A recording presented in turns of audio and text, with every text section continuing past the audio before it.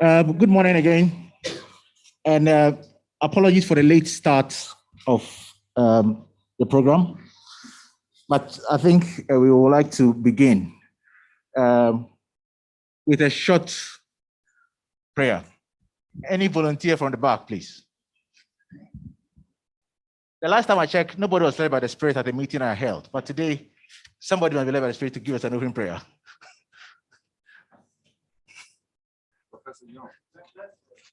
Please go ahead.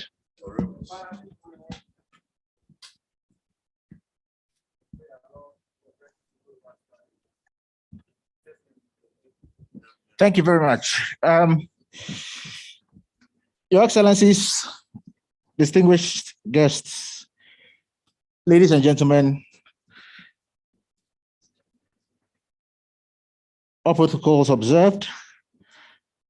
The hearing gathered today is a very important day that had been planned over a year to launch a roadmap for resilient infrastructure in a changing climate in Ghana and a high-level discussion on the subject of climate change resilience.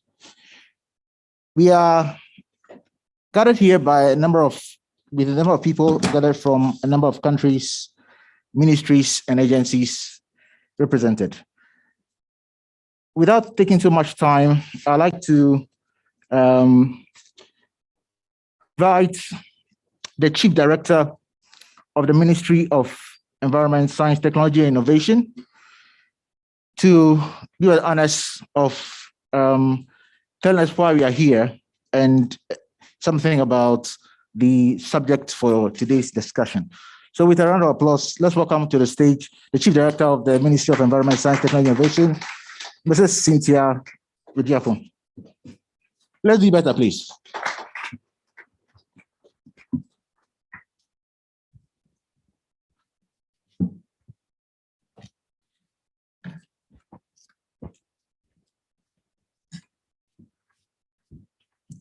Honorable Minister,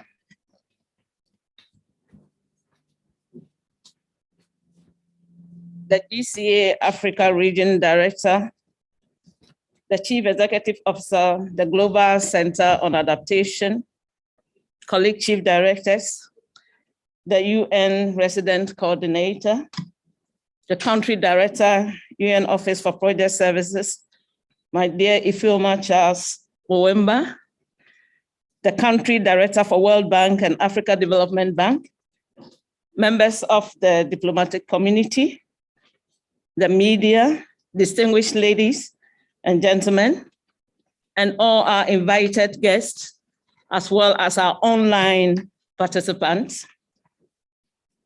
My first duty is to welcome you to this program, and in the course of that, you get to know why you are here. So on behalf of the Honorable Minister, staff and members of the environment sector, and the key players of this project, I welcome you all to today's event. It has been a long, anxious, but exciting journey from the virtual launch to yet another semi-virtual closing. The events of 2020, in fact, starting from the end of 2019, posed a lot of threats to this very laudable project. But I'm happy that in the midst of all the confusion that engulfed the globe, some solutions were found that has made it possible for us to come this far. I am referring to the COVID-19 and its various variants. As we are aware, there was a ban or restriction on events around the world that meant that some of the programs planned for the project had to be redesigned. But as I've alluded to earlier, it did not deter or call for the cancellation. And here we are today to launch the roadmap and close this first phase, as I call it. The effect of climate change is not unique to any one country or continent. It is a global phenomenon, and that targets every aspect of our livelihood.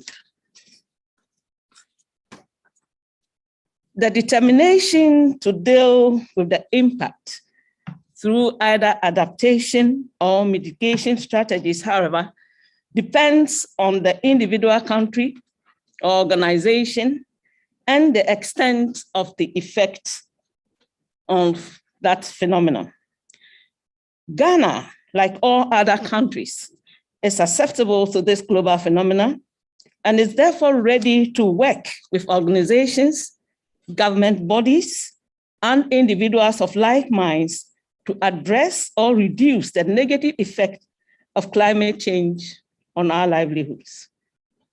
It is for this, among many such reasons, that the Ministry of Environment, Science, Technology, and Innovation, representing the government of Ghana, accepted this challenge to partner the Global Center for Adaptation, the United Nations Environment Programme, UNOPS, the Oxford University, to undertake this critical study, Ghana Infrastructure Resilient to Climate Change.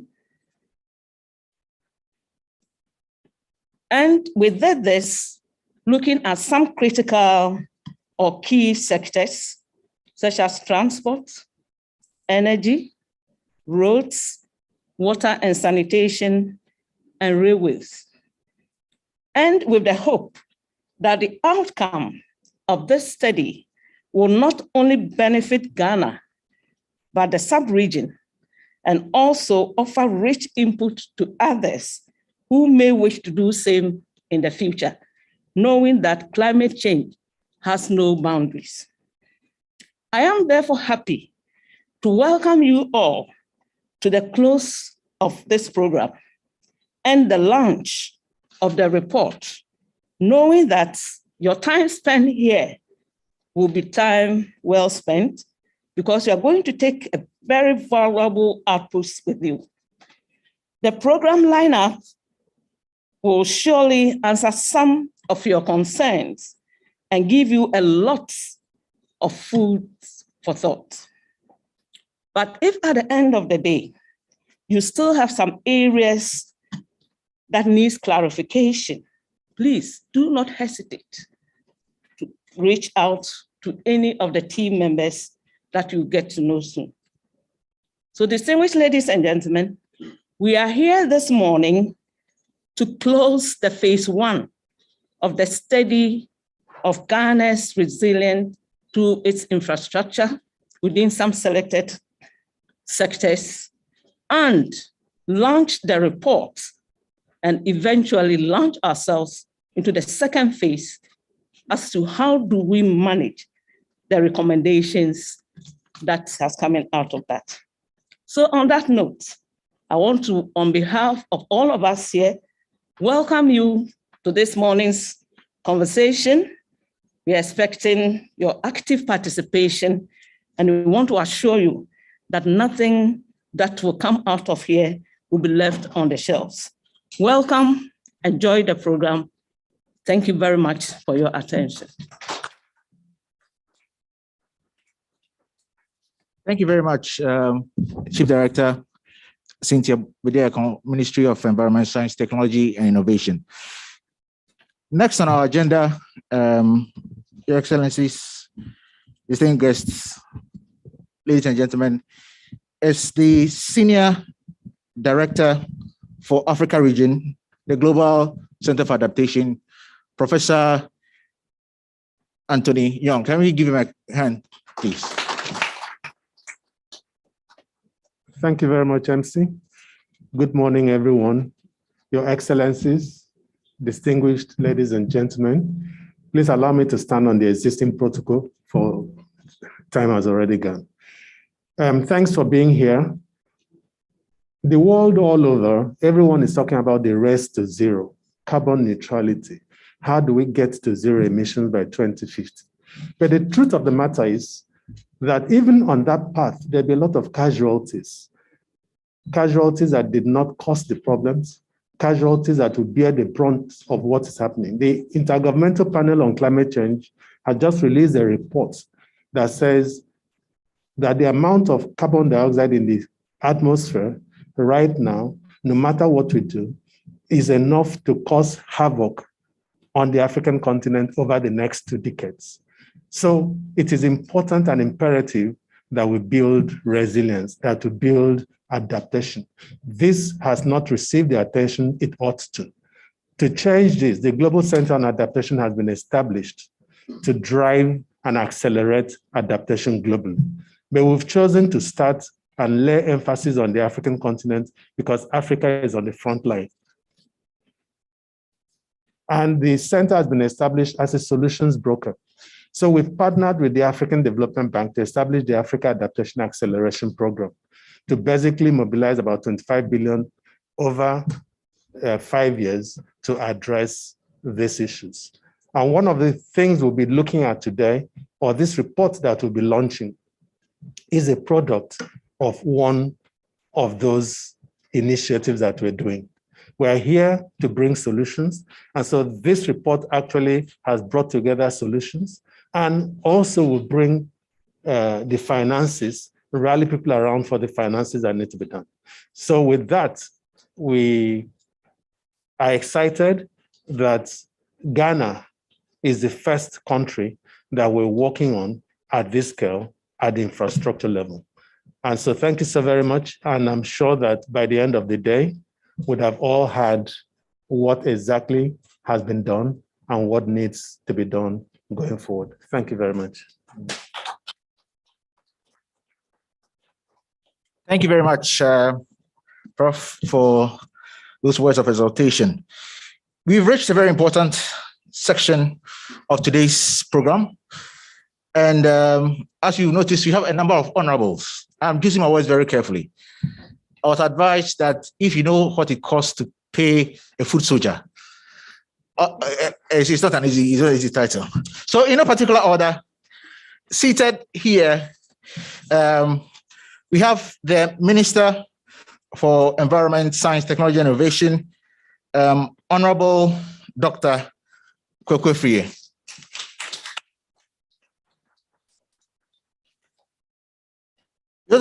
Seated here, it's Honorable Professor John Buffo. We also have my good friend, Honorable Dr. Ami Adams, the Minister of Energy. On my immediate left is a representative of the World Bank, Lorenzo Carrero. We also have the country director seated of the African Development Bank, seated next to him, Irisalema Fasika.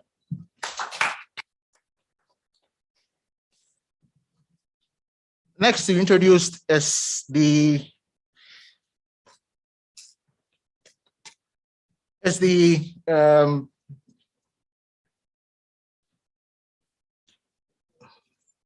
Ministry of Railway Development.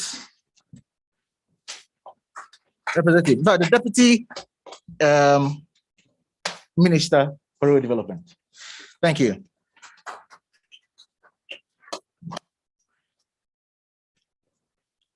On a high table, we also have Mr. Nathaniel Amonu Wilson, who's a director at the Ministry of Transport. Sorry.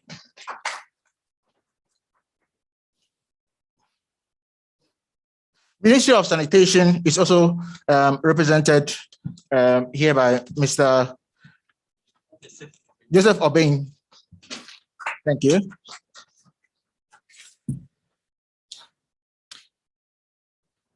At this juncture, it's also very important that we recognize the presence of other important dignitaries joining us today. We have the Deputy Country Director for AFD as well.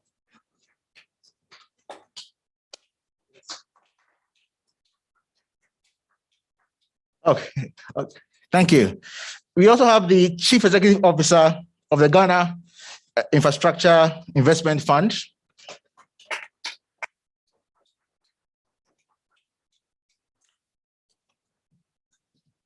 We have the country director for the UNOPS as well, Madam Ifeoma Charles as well.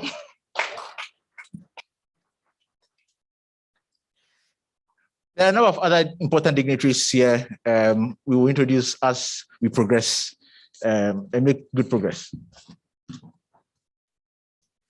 But I would like to also particularly recognize the presence of the Chief Executive Officer for the Global Center on Adaptation, Professor Patrick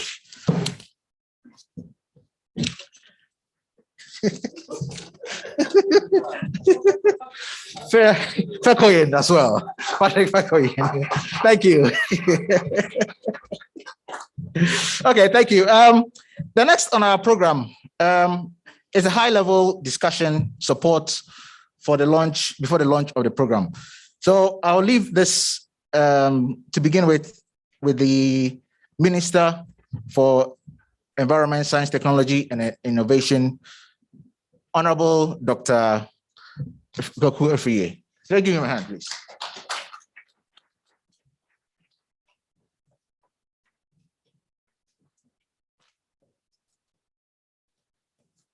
Thank you very much.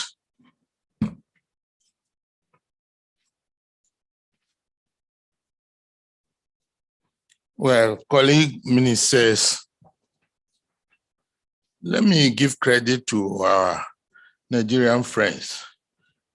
As far as I'm concerned, they invented that diplomatic findings or protocols observed.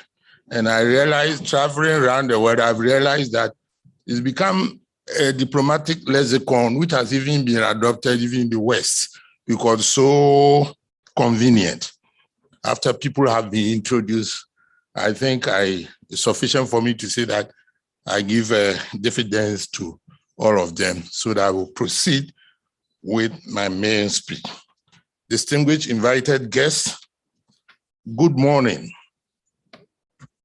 On behalf of the government of Ghana, I'm pleased to deliver this keynote address at this report launch and closing ceremony of the project, Enhancing the Resilience of Ghana's National Infrastructure System. As we all know, climate change is real and here with us, and we need not give a reminder to this. We are all witnesses to how rainfall pattern has changed. The climate has become very, very capricious. Climate has always had capriciousness about them, but the frequency is become the norm now. The 2021 Special IPCC report, described by the UN Secretary General, it was described as an atlas of human suffering, and it reveals how people and the planet are getting clobbered by climate change. The report states that nearly half of humanity is living in the danger zone, and that climate change is forcing the world's most vulnerable on a long frog march to destruction. Ladies and gentlemen, it is even more worrying to know that the increasing number of extreme weather events continue to disproportionately impact countries vulnerable to climate change, particularly in Africa, and this includes Ghana, of course. For example, in Ghana, it is now common to see roads, bridges, dams, and school buildings wash away after a downpour. And for those of you who do not live in the forest belt, where I come from, you see that even our dear crop cocoa, the epicenter is shifting southwest. If you go to Sevi SM now, hardly do you see the cocoa. It is being replaced by cashew, which is more drought resistant. And the wettest parts of Ghana which were considered as a no-go area when we were in our early years, are now the epicenter of cocoa production. I'm talking about areas like Samraboy, the Nzima areas, which were better known for coconut production, are now, Ghanaians do not know, are now the most productive areas for cocoa now. Climate change in action. As we embark on COVID-19 recovery, we must transform the challenges of climate change into a historic opportunity by ensuring that recovery efforts are aligned with the 2030 Agenda for Sustainable Development and the goals of the Paris Agreement to build forward better. Achieving this alignment requires us to overcome our traditional silos mentality and approaches in favor of cross-sectorial decision-making and innovative solutions that unlock synergies across government portfolios and sectors of the economy, and then the SDGs. Ladies and gentlemen, extreme weather and rapid changes to Ghana's climate present a profound risk to key sectors of Ghana's socio-economic development. That is energy, transport, waste, and water. Infrastructure in these sectors are the bedrock of the country's economic growth and development. Therefore, the disruption and cost to Ghana's economy when infrastructure in these sectors are damaged or destroyed by extreme weather events has the potential to put years of progress toward growth and development targets at risk, impacting more on the poor and vulnerable in society. Therefore, safeguarding the physical and institutional components of Ghana's infrastructure system is thus essential to ensure successful progress along a trajectory of sustained growth. Ladies and gentlemen, in line with the government's coordinated program of economic and social development policies, the national determined contributions, Ghana's national adaptation plans, Ghana is focused on building a more sustainable and resilient society by putting in place measures that ensure that we adapt to climate change impacts on infrastructure such as roads, dams, power distribution lines, homes, drains, and all the structures that are around which life revolves. To build resilience, institutions that own infrastructure need the capacity and knowledge to assess the climate vulnerability of new and existing infrastructure, to plan and manage potential extreme weather impacts. Such analysis does not only help in identifying issues and solutions to adapt the infrastructure to the impact of climate change, but also provides evidence to improve existing policies and procedures, as well as develop new ones to address emerging needs, issues, and concerns. Ghana, through MESTI, that's Environment, Science, Technology, and Innovation, in July 2020, received support from the Global Center on Adaptation to the UN Office for Project Service, UNOPS, under the project Enhancing the Resilience of Ghana, Ghana's national infrastructure systems to the impact of climate change, to carry out a study on the impact of climate change on Ghana's infrastructure development in the energy, water, transport, sanitation, and waste sectors. The aim is to support Ghana identifies infrastructure adaptation needs with climate change as a key determining factor and providing a roadmap to meeting the identified needs. An assessment was carried out in the three sectors, energy, transport, and water, which resulted in the development of a roadmap with prioritized sector adaptation needs and options. The roadmap, which was developed through extensive multi-sectorial consultations, presents 36 project concepts in built natural or enabling environment for building a resilient infrastructural systems for Ghana. In addition, evidence-based infrastructure resilient tools were developed and the capacity of staff in the relevant sectors were built. To ensure sustainability, the tools developed as part of the project have been handed over to MESTI as the national focal point and will be available for use by the relevant national institutions. The MESTI is the offensive midfielder in all these things. So today we're sure that we'll deliver and then you know what the outcome will be. Ladies and gentlemen, the implementation of resilience roadmap will require additional financial resources from both government and development partners or development institutions. Government will ensure that the actions in the roadmap are mainstreamed into the sector's medium-term development plans to unlock government funding for implementation. This, however, will not be enough considering the huge investment requirements of recommended interventions in the roadmap. I, therefore, wish to use this opportunity to call on all partners, especially the World Bank, the African Development Bank, who are present with us today to support in implementing this roadmap.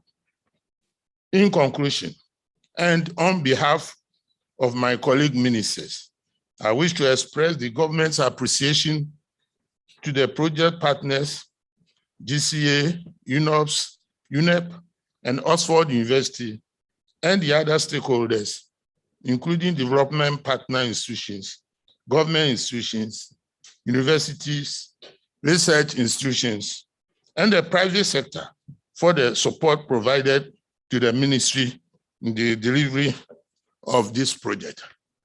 Adaptation is imperative.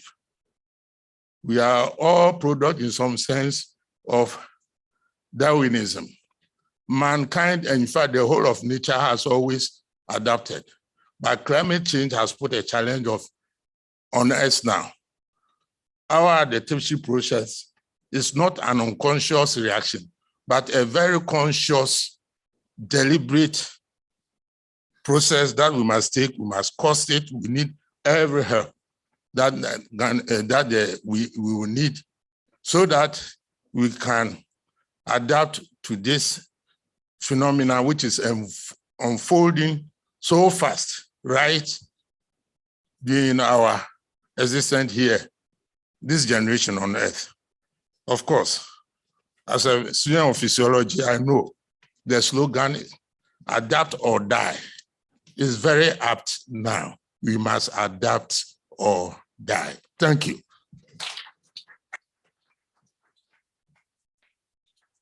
Oh, please, that'd be better for Honorable Dr. Wilfrey. I must indicate that there are a number of individuals, organizations who are also joining us online, because this program is a hybrid between online service and in person. On that note, I'd like to recognize a particular individual joining us online, Professor Jim Hall from the University of Oxford, who is also online. Before our next speaker comes in, I also want to recognize the presence of the UNCDF country representative, Yaya Kwashi. Can you show us a hand? Thank you. Thank you very much. Next to speak is the Chief Executive Officer of the Global Center on Adaptation, Professor Patrick Fedkoyen. Please, let's give him a hand. What a fast learner we have in our distinguished moderator.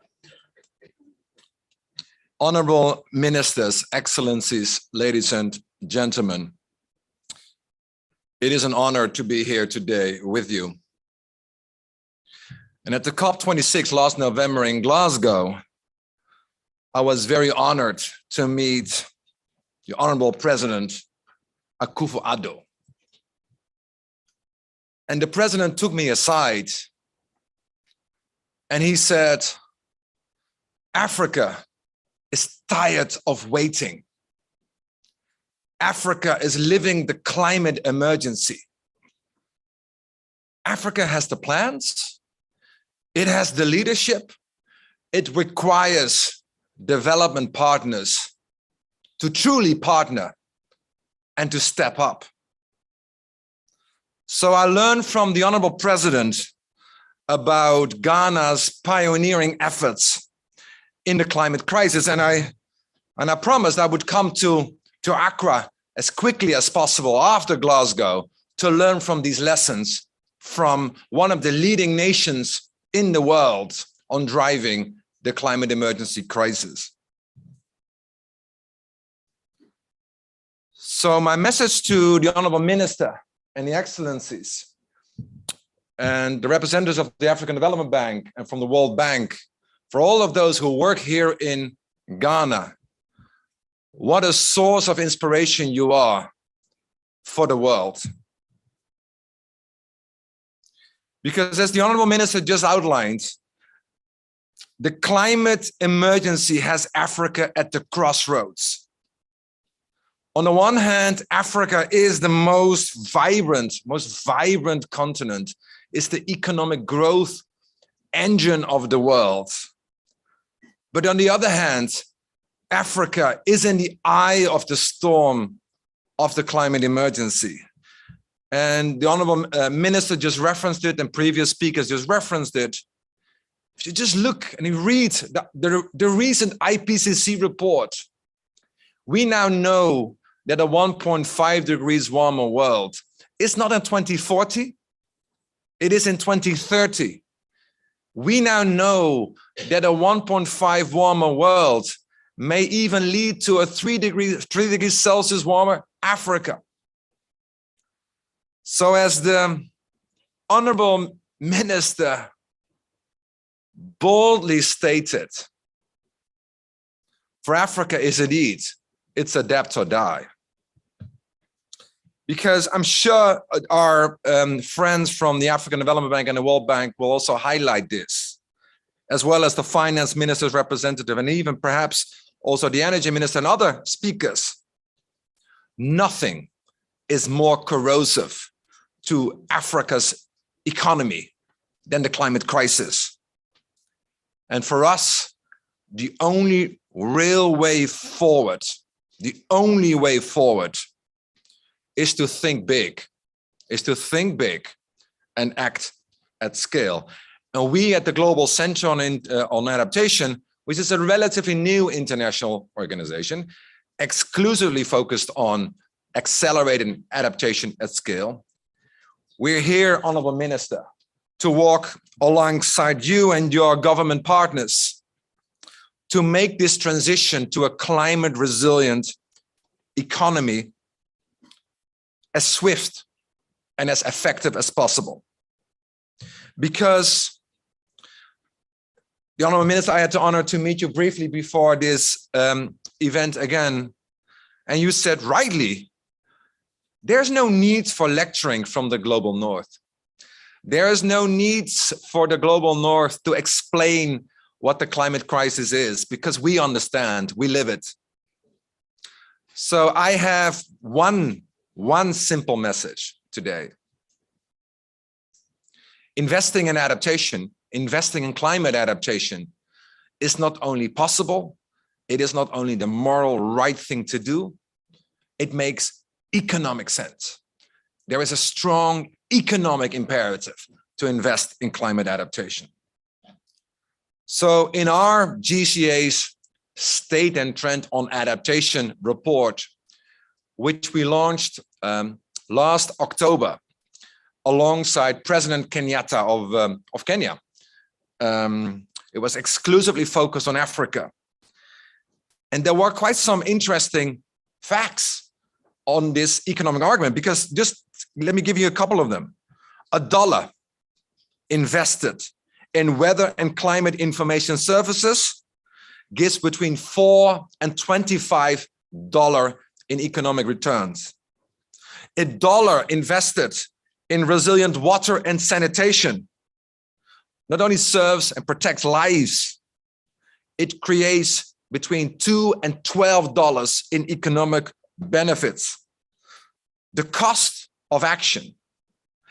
Investing in adaptation is not for free. There is a cost of action. Take the cost of action in climate smart agriculture on the continent, in sub-Saharan Africa. We estimated that in the order of $15 billion annually, which is a lot of money. But what is the cost of inaction, not investing in climate smart agriculture annually? $200 billion. So in fact, inaction is the expensive way forward, which we should avoid.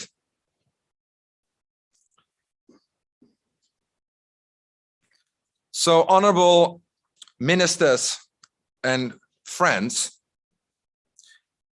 in Africa, the leaders are there. In Glasgow, they said one thing only. They said, we need scale. Let me quote the president of the African Union at the time, President Tshisekedi, said, Africa needs to scale. We need scale, but we need to have it now. And that is exactly what is drives at the GCA. And in that context, I want to highlight one specific initiative, which is critically important, also in the context of the roadmap, which will be launched today, which is the Africa Adaptation Acceleration Program, the AAAP. What is it? Well, in fact, it's the largest adaptation program globally, not just in Africa, globally, mobilizing $25 billion over 5 years in 4 sectors: food security, Brazilian infrastructure, youth and jobs, and climate finance. And this program, the AAAP, I was humbled to co-develop and launch with my big brother, President Akin Adesina, during the Glasgow conference. So this AAAP is Africa-owned, is Africa-led, and is here to scale up investments in these 4 areas. And we at the GCA, we have launched alongside the AAAP a so-called upstream facility of $250 million to support the MDBs. We have 2 of them here, the World Bank and the African Development Bank, in their pipeline development. So in the first year of the AAAP, we managed to influence $1 billion of investments. So let me give you one example, so to bring the AAAP to life. Let me give you one example of the impact of AAAP, again, as the largest adaptation initiative globally, and how investments in adaptation and resilience are intrinsically linked to investments in development. It's in food security. GCA, we're mainstreaming into investments that transform lives and livelihoods of over 5 million smallholder farmers in the Sahel. And we're scaling up digital climate services to these smallholder farmers with a $380 million investment of the African Development Bank. These types of interventions will increase food security and reduce Africa's food import bill. Just think about it. Africa is projected to have a food import bill of over $110 billion annually by 2025. That's not 20 years from now. That's not 10 years from now. That is 3 years from now. And let us also not forget that climate change, I think the chief director, articulated it very well, is a threat amplifier on already existing threats which the continent and other continents are facing. I'm from Europe. In fact, I'm from the Netherlands in Western Europe. There's a war unfolding on the eastern shore of Europe in Ukraine. And that war in Ukraine has also exposed the tragic fragility of Africa's food security system and the soaring energy prices. So if there was ever a time to invest in climate adaptation, this is the time to do so. And what is true for the African continent as a whole is also true for Ghana in particular. And what is true for food security is also true for resilient infrastructure. So the launch of the roadmap for resilient infrastructure today, it basically, essentially, it applies the AAAP's bold, solutions-focused approach. And again, it is a testimony to Ghana's leadership across government, because it's so important. Yes, the Honorable Minister of MESTI is critically important, but so are his cabinet members from energy, from transport, from agriculture. And what we see today is sort of this testimony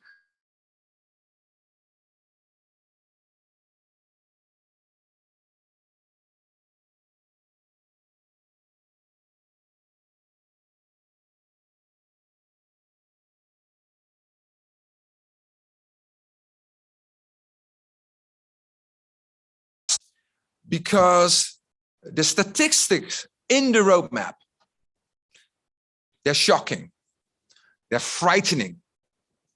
Let me give you a few.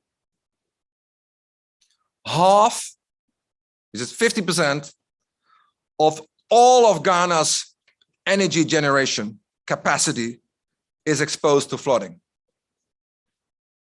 By 2050, it's good that we have the Transport Ministry representation here. Climate risk could lead to close to $4 billion in damages to the transport sector here in Ghana.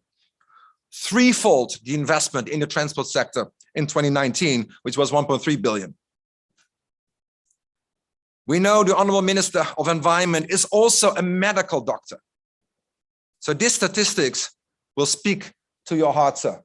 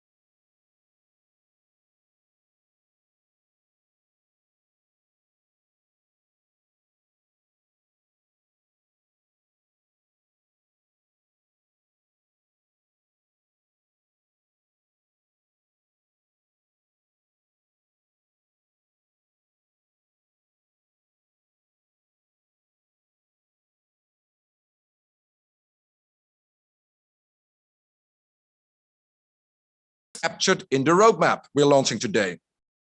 A roadmap, as we now know, has reviewed several sectors and several economic activities impacted by climate change.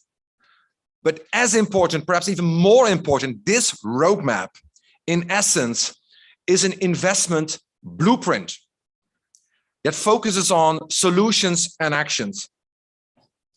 So, Excellency, let me close by saying that let us all be clear and be realistic and being honest and not being complacent, that the roadmap we're launching today is only as strong as the financing that supports it. Ghana, like many African nations, is disproportionately exposed to climate threats. To climate threats it did not create. So the international community has a moral and economic responsibility to support Ghana's efforts in freeing up fiscal space for adaptation investments. For that, I would humbly suggest we, meaning the international community, should first look at the billions of debt currently owed by climate vulnerable nations, such as Ghana, to rich ones.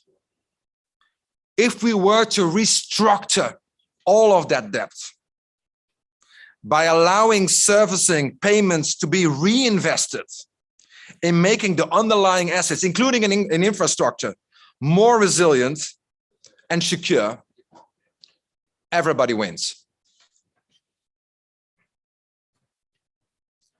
Africa's climate summer later this year in Egypt, in November, COP27, it's coined Africa's moment. It's coined Africa's COP. It forces us to think big. We need more moves like the IMF's channeling of finance from the special drawing rights into a resilience and sustainability trust under the leadership of Kristalina Georgieva, head of the IMF, to support poor and emerging nations. And earlier this month, I had the honor to speak to President Macky Sall of Senegal, now the chairman of the African Union. And he said, for COP27, adaptation is our ingoing proposition. We have the plan. We have the AAAP. And that today, we have the investment blueprint for Ghana. So those donors who committed in Glasgow last November to double, trouble, increase climate finance, specifically climate adaptation, this is the time to step up. This is the time to come forward. Africa is ready. Ghana is ready to receive these resources. I'm convinced that by accelerating the priorities of this roadmap to safeguard the future of Ghana, I'm positive we can secure and safe and prosperous future for this great nation. And at the same time, Ghana is and will be a beacon of hope and inspiration for the rest of the continent, in fact, for the rest of the world. The opportunity is here for the taking. Let us seize it. I thank you.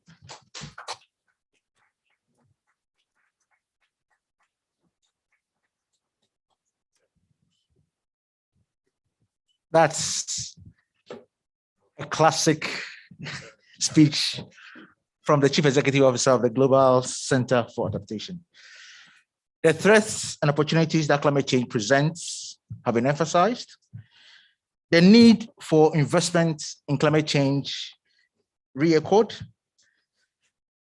And more worrying are the statistics that 80% risk being cut off from critical infrastructure as a result of flooding, including women.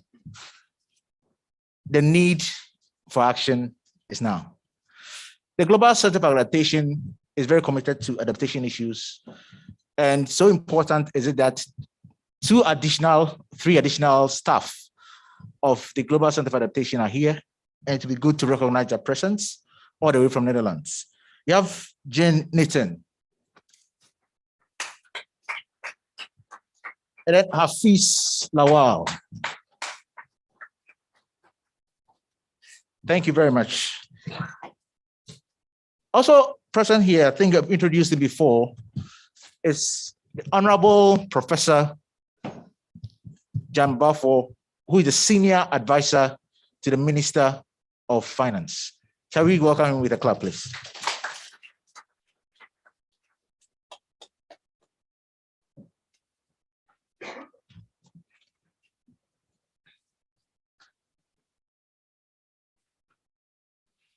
Thank you so very much, Mr. Moderator.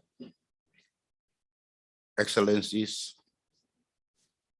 representatives of government agencies, honorable ministers, ladies and gentlemen.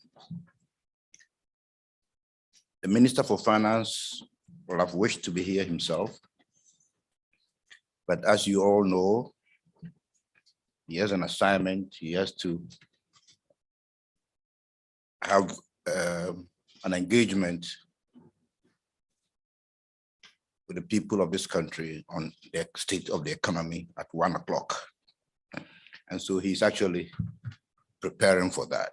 That's why he couldn't be here himself. So his apologies to you, Mr. Honorable Minister, that you'll have wished to be here himself, but he can't.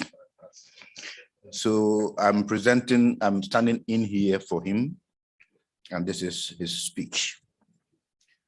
Said, good morning, and thank you for the opportunity to be part of this seminal event. Let me start by highlighting the scale of the challenge that confront us on the continent. Before the pandemic, we, that is Africa, already faced an infrastructure gap of close to $2 trillion. More recently, the G20's Global Infrastructure Hub estimates that African countries will need at least $4.3 trillion to finance infrastructure projects and support economic growth. Additionally, the GDP exposure of African nations vulnerable to extreme climate patterns is projected to grow from $895 billion in 2018 to about $1.4 trillion in 2023. That's nearly half of all the continent's GDP. The World Bank also estimates that adaptation to climate change will cost between $30 to $50 billion each year over the next decade. Not to mention, Africa is projected to need $3 trillion in mitigation and adaptation by 2030 to implement its nationally determined contributions. Undoubtedly, the 2020s is the decade that will determine whether the entire continent simultaneously plugs its infrastructure deficit, attains structural transformation, and reaches net zero emissions by 2050. Ladies and gentlemen, there are moments in history when there is a recognition that things can't go on the way they were, the way they've been going on. As policymakers, these moments make us recognize that a failure to boldly and think long-term will sow the seed of economic, social, and political discontent that might take generations to turn around. For this reason, I would like to use this opportunity to first thank our development partners for commissioning such an essential study on the impact of climate change on Ghana's infrastructure development. Undoubtedly, studies of this nature will serve as crucial guidance for the government in its attempt to respond with urgency to the immediate threat that climate change presents to us. Of course, we cannot solve the climate problem while leaving existing injustices in place. All of us, that's the government, the private sector, the multilateral institutions, and our bilateral partners must continue working together to prioritize A, the creation of well-paid, decent jobs, B, the development of affordable housing, C, improvement to our public transport systems, and lastly, but not the least, reduction in air pollution and sustainable waste management. In other words, the real work has only just begun. Allow me to harken back to the 1930s during the era of FDR and the New Deal. FDR came to office on the back of the Great Depression, where capitalism and indeed democracy were on the brink. What FDR realized was that an effective response to any crisis requires breathtaking boldness and a fierce urgency to do things differently. He needed not just a change in policy, but also the mobilization of all the powers of government to create a new dawn for the United States of America. I dare say we are in a similar circumstance, and we must commit to doing things differently. For us to develop climate resilience infrastructure in Ghana and indeed across the continent, we must change the status quo. The UNECA tells us that Africa receives just 5% of total climate finance outside the OECD. We cannot let this continue. As a matter of urgency, we must first develop economic policies that prioritize sustainable and inclusive growth. 2, provide more incentives for new private investments in green projects. 3, explore more results-based financing options, such as development impact bonds, which are, of course, performance-based investment instruments intended to finance development programs in low-resource countries. And finally, secure a pipeline of development infrastructure projects suitable and ensure that these projects are bankable and ESG compliant to appeal to investors and their shareholders. Essentially, leveraging innovative sources of funding is key as we move on.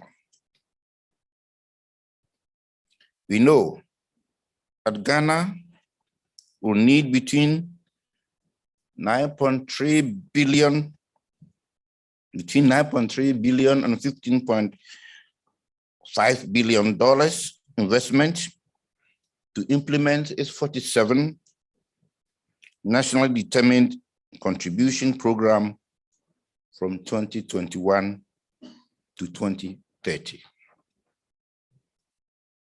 We also know, and indeed it's estimated, that the SDG financing gap for the next 10 years will be about $431 billion. That is about $43 billion a year. But the only way for us to meet this funding gap is to commit to mobilizing capital towards creating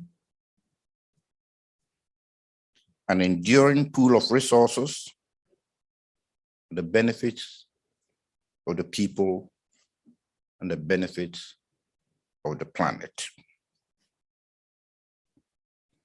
Without this, we'll be unable to tackle the economic, the social, and the environmental challenges that confront us. On this note, distinguished ladies and gentlemen, this is our chance to find a new deal for climate resilient infrastructure for Ghana and indeed for the entire continent. We cannot let this movement pass. And on this note, I thank you so very much for your attention, and may God bless us all.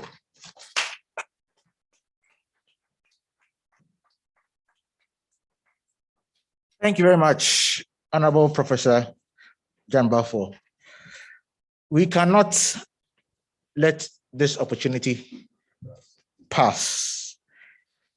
Indeed, climate change is real. The need for innovative financing in addressing climate change, adaptation, and mitigation is well costed in Ghana.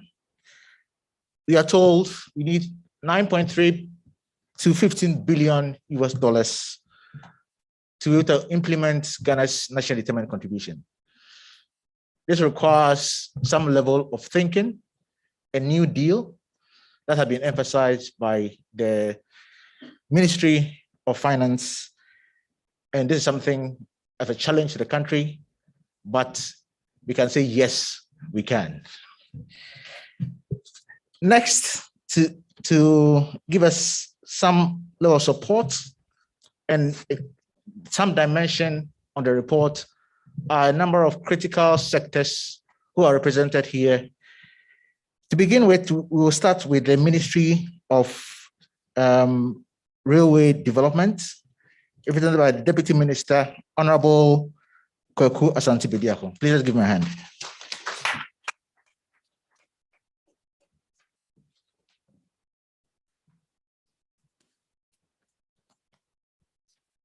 Thank you very much. I stand on the existing protocols and welcome you all to this report launch and closing ceremony of this event. It is my greatest pleasure to stand in the stead of my minister, Honorable John Peter Amewu, the Minister for Railway Development, to deliver this speech. We first thank our development partners, the Global Center on Adaptation, the United Nations Office for Project Services, the United Nations Environment Program, and the University of Oxford. Ladies and gentlemen, I also want to acknowledge the Ministry of Environment, Science and Technology and Innovation for coordinating the project to this very end. It is my firm belief that the objectives of the project have been met, and Ghana continues to make significant strides towards achieving the Sustainable Development Goals, as well as the Paris Agreement on climate change. This project couldn't have come at a better time because of the huge opportunities it brings to Ghana, especially at this time when the world is confronted with a rapidly changing global economic landscape and increasing inequalities.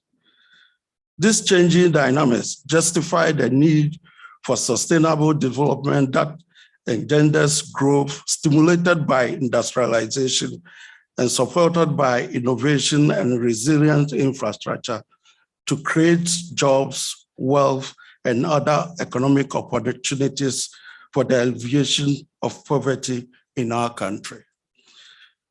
Ladies and gentlemen, as we are all aware, the backbone of every country's economy depends on infrastructure.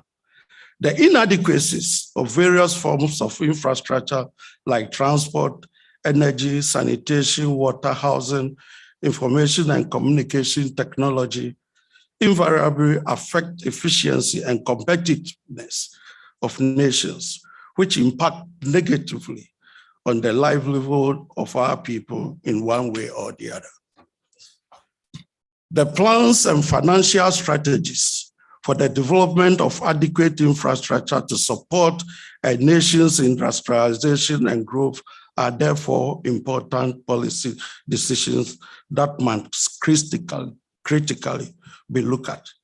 Even though infrastructure provisions are the required ingredients for most countries, especially in Africa, to achieve sustainable development, their provision in our environment is lacking behind due to challenges with funding and competing demands for funds.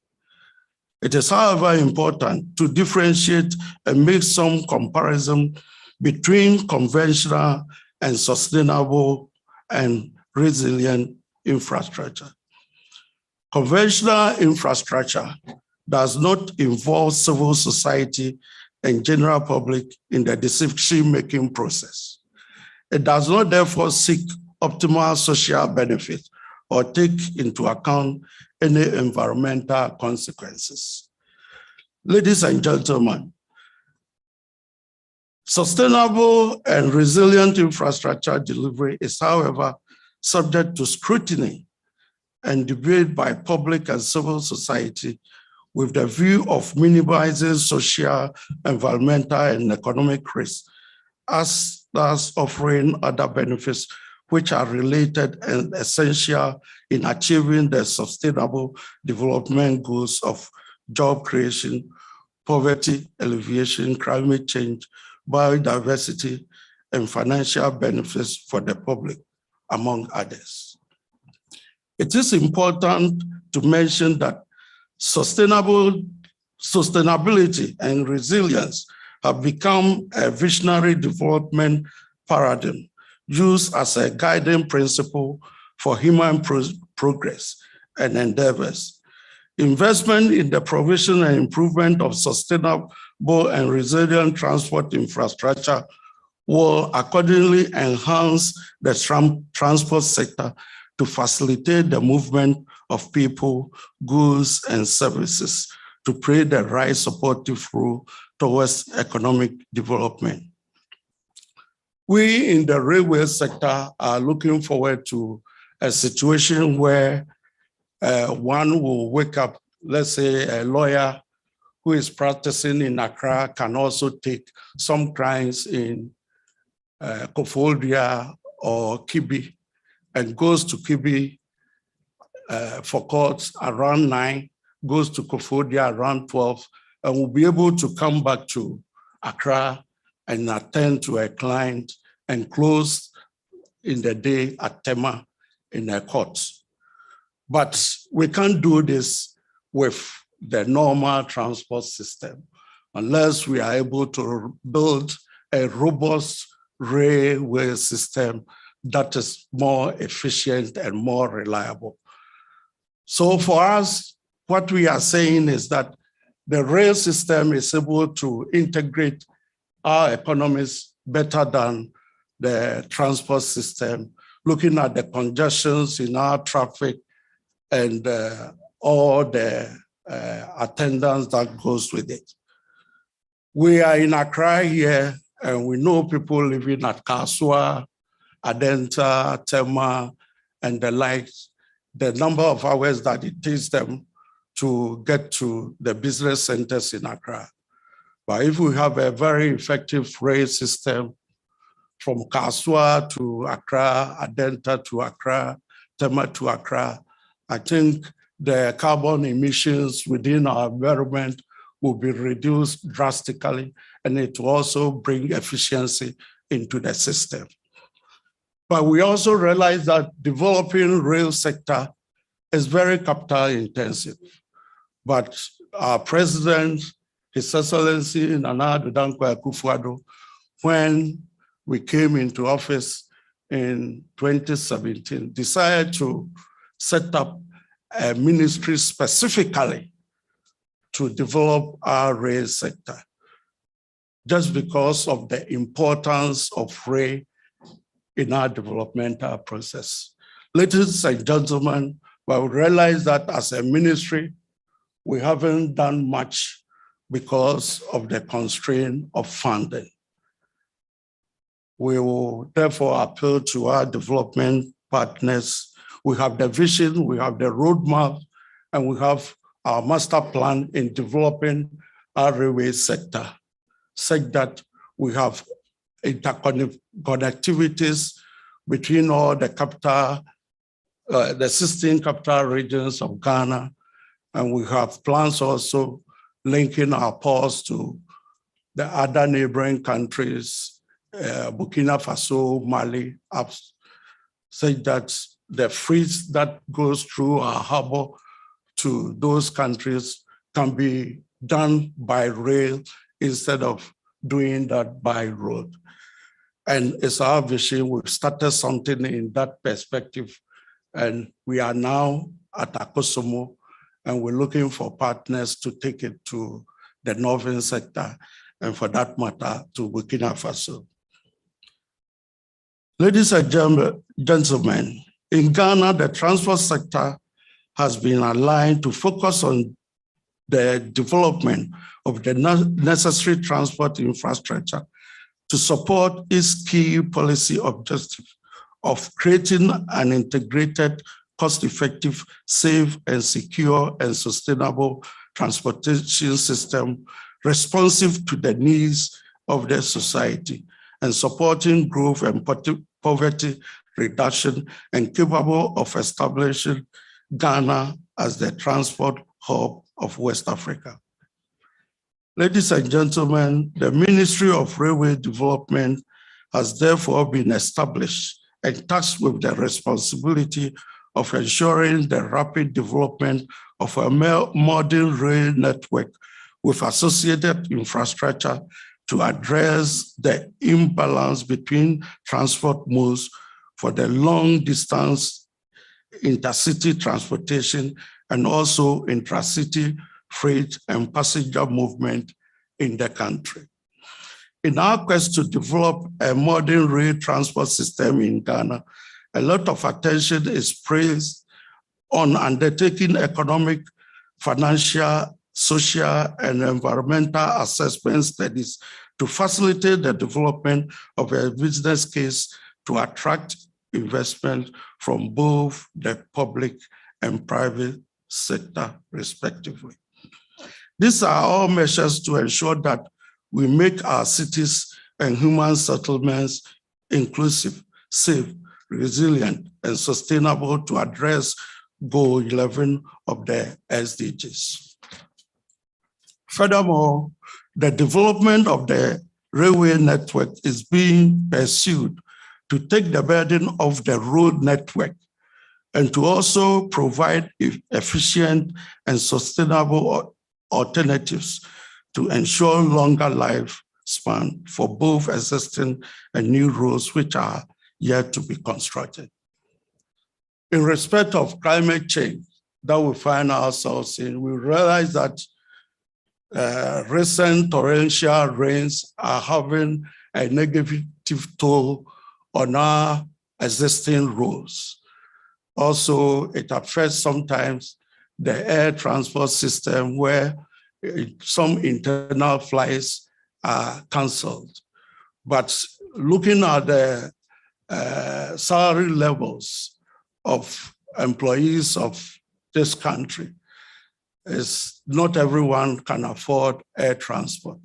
And it's our belief that as a sector ministry, if we are able to develop our rail sector, it will put us in a position for most of us to enjoy the benefit of integrating the system through a fast and more reliable means of connecting ourselves to various destinations within the country.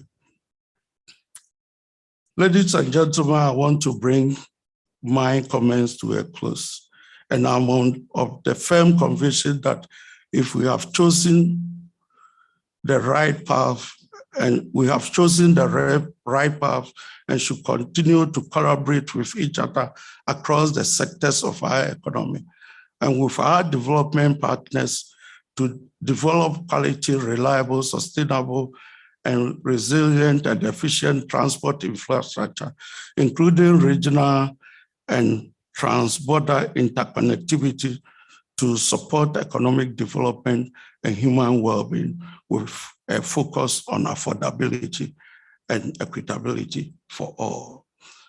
I just want to end by saying that we need an integrated and more robust railway infrastructure to expedite our developmental process as a nation. And on this note, I want to say that we have done a little estimates and we need close to about $10 billion to put all this infrastructure in place, but we are handicapped as a nation. Our development partners come and support us in order for us to realize our vision in the development of the railway sector. I thank you all for your attention.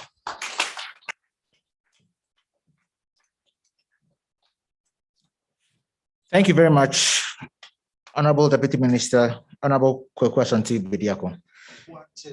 Boating. Yes, sir. Yes, sorry. The issue about climate change is a development issue.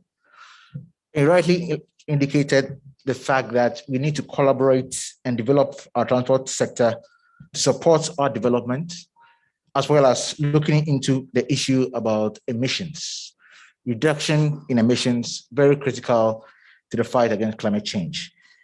Next, to give us some level of indication in other sectors that there's research focused on, is the Ministry of Transport, represented by Nathaniel Amono Wilson. Can you give me a hand, please?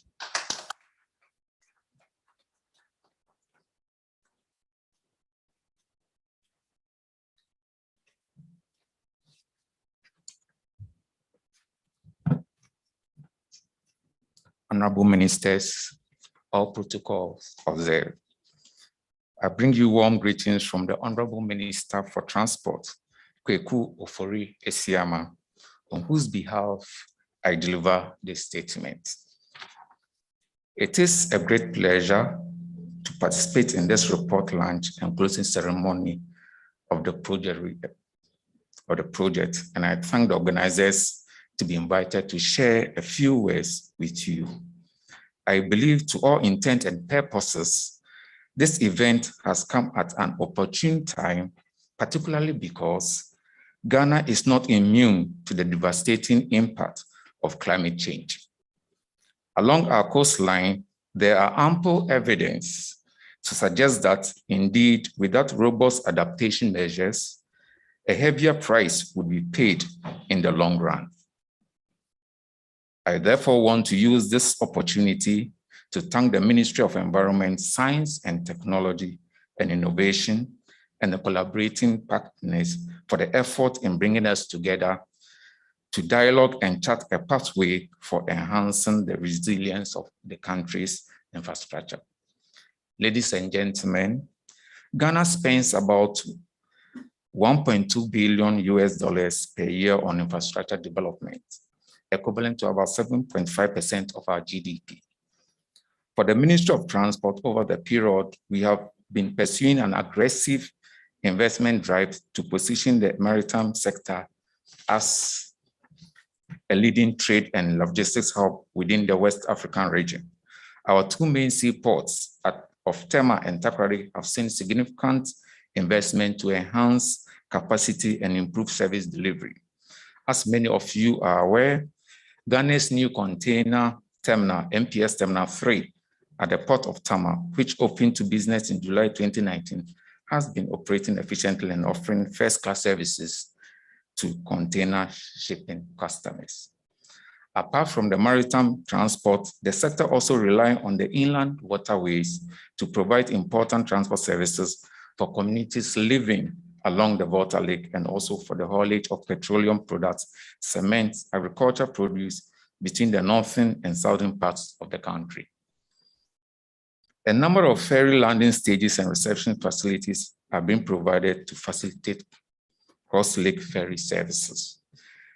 Similarly, major expansion and rehabilitation works are also being undertaken at our airports, including the Kotoka International Airport, Kumasi, Tamale, Wa, and Sunyani airports. The Kumasi and Tamale airports are currently being upgraded to allow for international operations. In respect of road transport, we are also developing a number of supporting infrastructure for passenger and freight transport, including bus terminal, freight parks, logistics hubs, among others, including the e-mobility projects. All these are carefully being rolled out to provide the support base to drive economic development. Ladies and gentlemen, with the impact of climate change beginning to manifest on the globe, and particularly in developing countries, it is important that we put in measures to ensure the resilience of our infrastructure.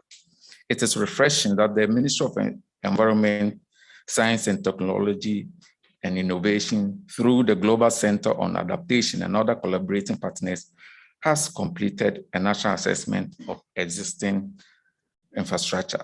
The assessment of the transport included key transport hubs, such as the airports and marine inland port facilities. Due to deteriorating climate conditions, this infrastructure could be at high risk from floods and other adversities.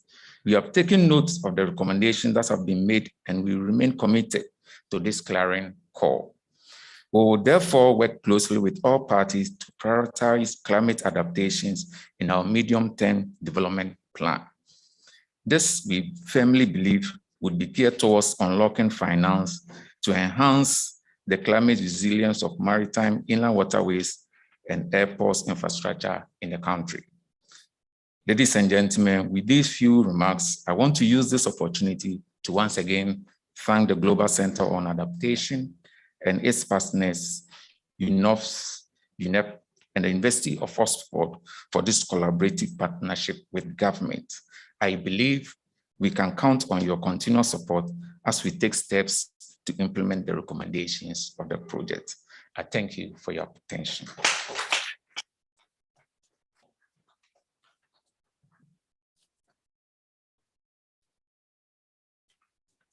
Thank you very much, Mr. Nathaniel Amono, Minister of Transport. I think that was brief, straight to the point. It's quite encouraging to note that you're already trying to incorporate this into your medium-term planning. And that's something that I think a number of ministries could possibly be looking into. Next will be from the Ministry of Sanitation and Water, represented by Mr. Joseph Obeng Poku. Thank you. Can you give me a hand, please?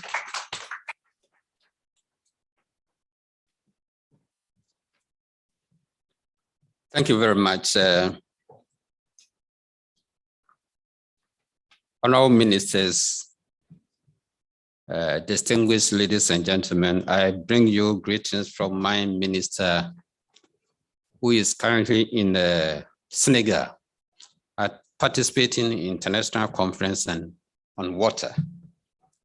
So yesterday we spoke, and she asked me to stand in for her So, Honorable Ministers, I'm happy to be here this morning to participate in this important event. And I want to express our gratitude to all the stakeholders for these studies. And so far, our ministry also participated in the whole exercise. And I'm also happy with the findings of the studies. Honorable Minister, the assessment of the water infrastructure focus on analyzing the climate hazards to 34 major dams that we have in the country. The Akusumo Dam with about 148 billion cubic meter capacity is the most exposed asset to drought, while the Bui Dam on the Volta River with a capacity of about 12.6 billion cubic meters is the most exposed to flood hazards. As my colleague said, the ministry will work to ensure that the project concept recommendations for the sector are prioritized through the inclusion of key climate adaptations provisions into the ministry's medium-term development plan, ultimately geared towards unlocking finance to enhancing the climate resilience of Ghana water infrastructure. One of the critical outputs from the assessment is the evidence-based infrastructure resilience tools. The Ministry of Energy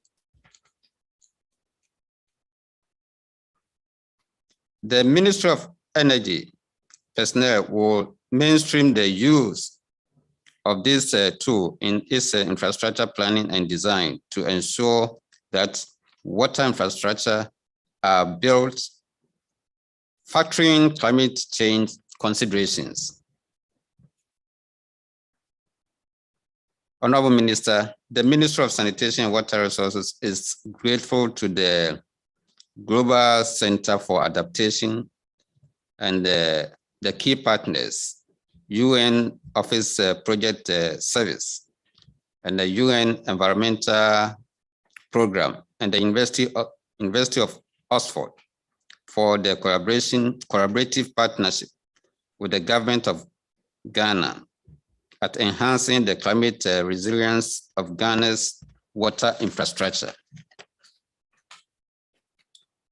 On that note, we want to assure you that the ministry would champion the cause of the recommendations of the report. Thank you very much.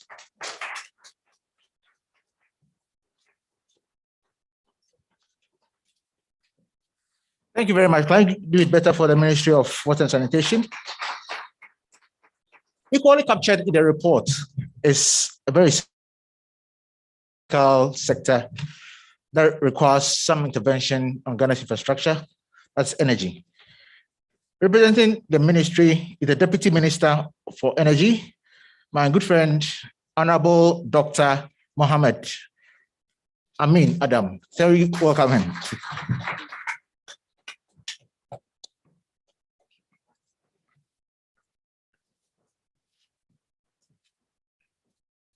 Honorable ministers, distinguished invited guests, ladies and gentlemen, the roadmap for climate resilient infrastructure is an important step for us in the Ministry of Energy and Ghana as a whole.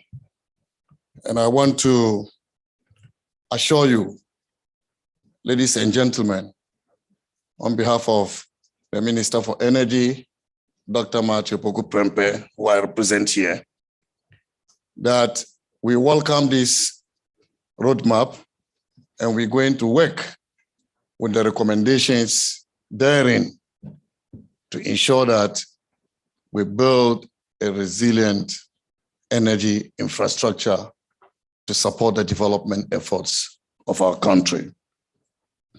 The Ministry of Energy, as you already know, is doing a lot in the area of carbon reduction.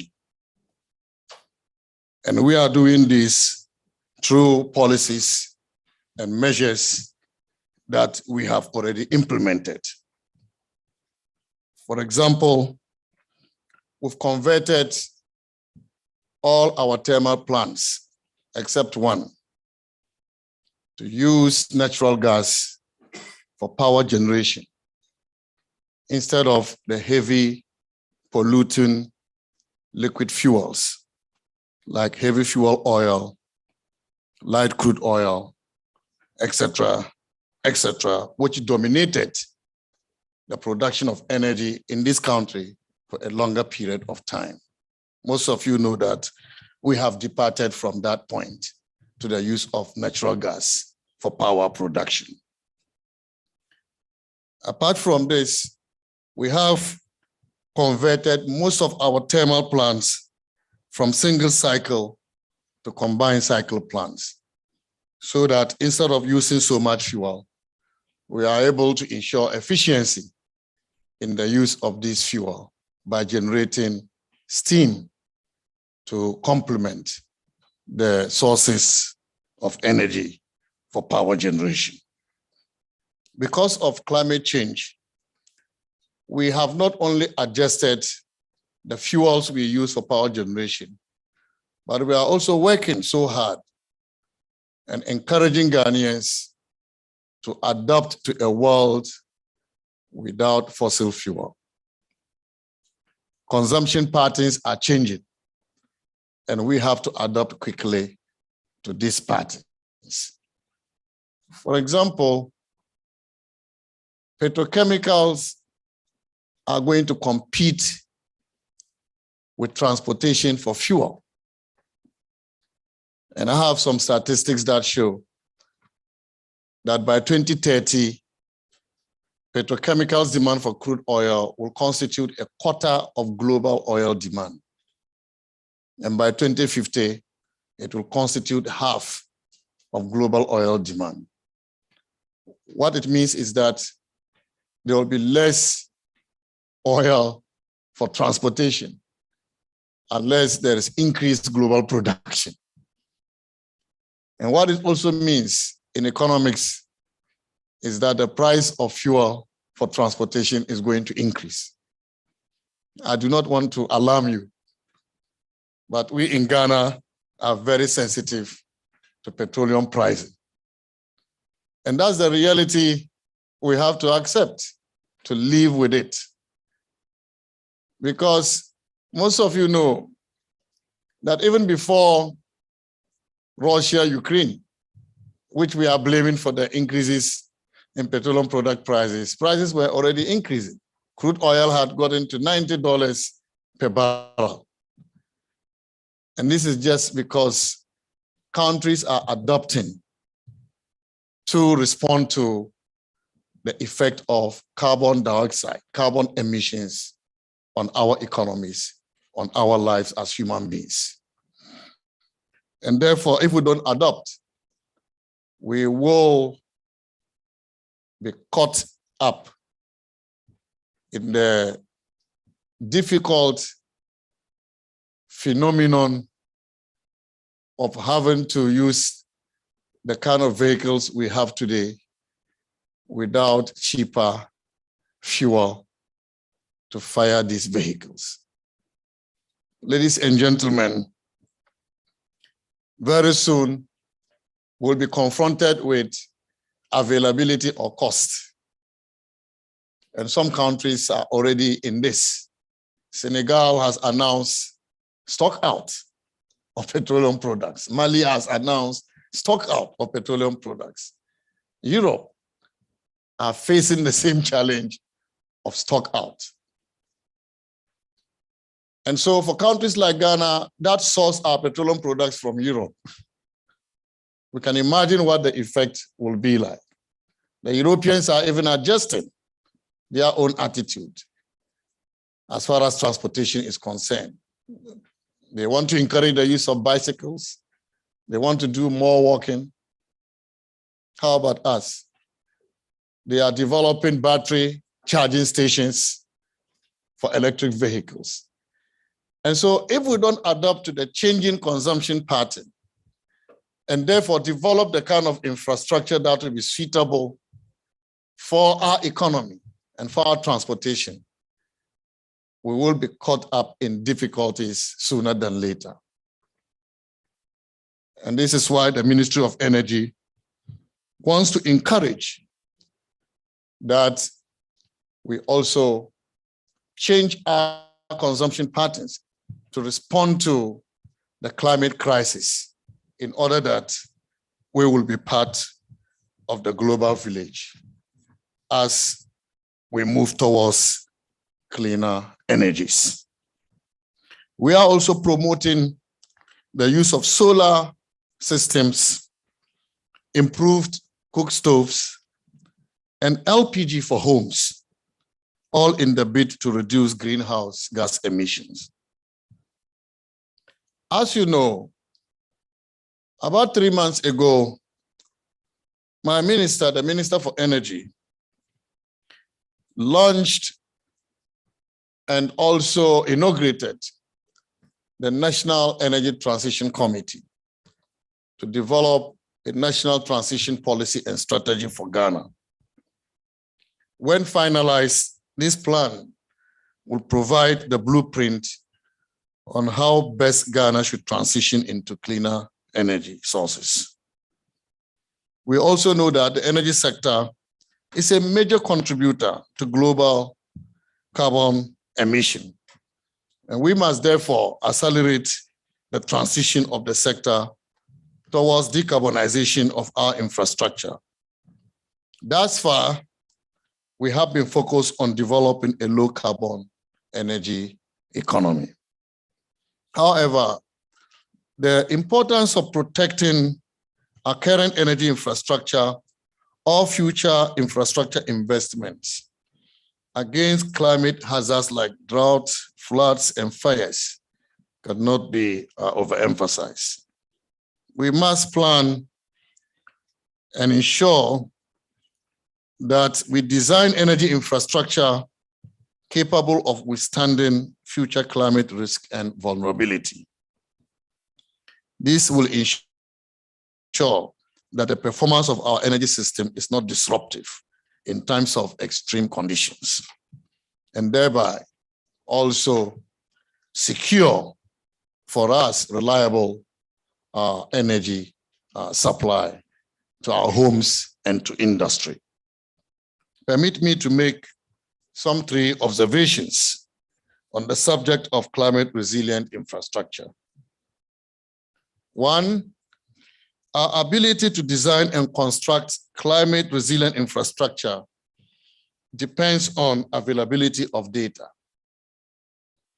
because using the best available data on climate risk ensures that the entire infrastructure chain adapts to changing climate conditions. However, data management practices are still weak, and therefore there is the urgent need to enhance our data management systems. Number 2, in our quest to achieve a just transition, resilience and adaptation strategies for energy and related infrastructure should take into consideration the needs of vulnerable populations in our country, particularly on matters of energy access, efficiency, and energy security. The need to provide infrastructure that addresses the risk of climate change should therefore not only focus on large-scale projects, but also on small projects, small-scale projects in our rural vulnerable communities, such as solar mini-grids. We need to ensure that such projects can serve the energy needs of the people in the short to the long term. Number 3, public infrastructure design and implementation are often the preserve of architectural and engineering planners and usually escape public scrutiny. So we're talking about designing and implementing climate resilient infrastructure. But these are done in offices with little consultations with our people. And we do not provide a platform for the people to scrutinize and ensure that we are cost effective in our design and implementation of these projects. And so if we continue this way, we will not be able to achieve what has popularly been known as climate accountability. And so it is important that we adopt open contracting principles, right from the design and procurement of projects to project implementation. Ladies and gentlemen, the Ministry of Energy is grateful to the global community for adaptation and its partners, the United Nations Office for Project Services, United Nations Environment Programme, and the University of Oxford for the collaborative partnership with the government at enhancing the climate resilience of Ghana's energy sector infrastructure. You can be assured, as I've indicated earlier, that the Ministry of Energy will lend its support to the implementation of the recommendations of this report. And I thank you for the opportunity. Thank you so much.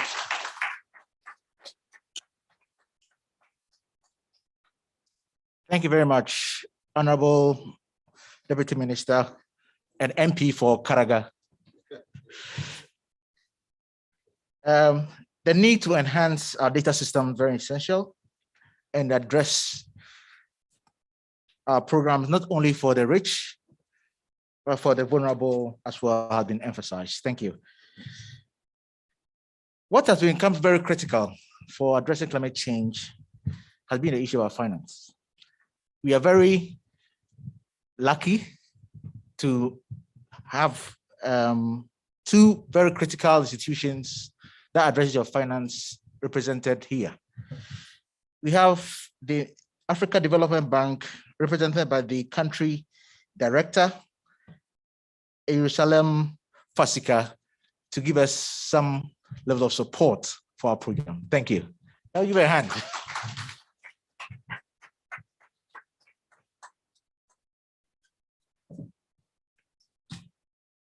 Thank you very much. Good morning, everyone, honorable ministers, Your Excellency, distinguished guests. On behalf of the African Development Bank Group, I wish to express my appreciation for this invitation. I'm very pleased to be here during the launch of this important report, Ghana Roadmap for Resilient Infrastructure in a Changing Climate. Climate change is one of the greatest challenges of our times, increasingly having a toll on the development fortunes of many African countries, including Ghana. The latest report released last month by the Intergovernmental Panel of Climate Change sounds the alarm bells, warning that the world faces unavoidable multiple climate hazards over the next 2 decades with global warming of 1.5 degrees centigrade. This will result in additional severe impact of the very foundation of our well-being, development, and infrastructure. The window of making the right infrastructure choices is diminishing as we lock in capital and technology without adequately reflecting climate consideration. Therefore, even as we face the challenge imposed by the global pandemic, we must remain committed to invest in climate resilience infrastructure for sustainable development.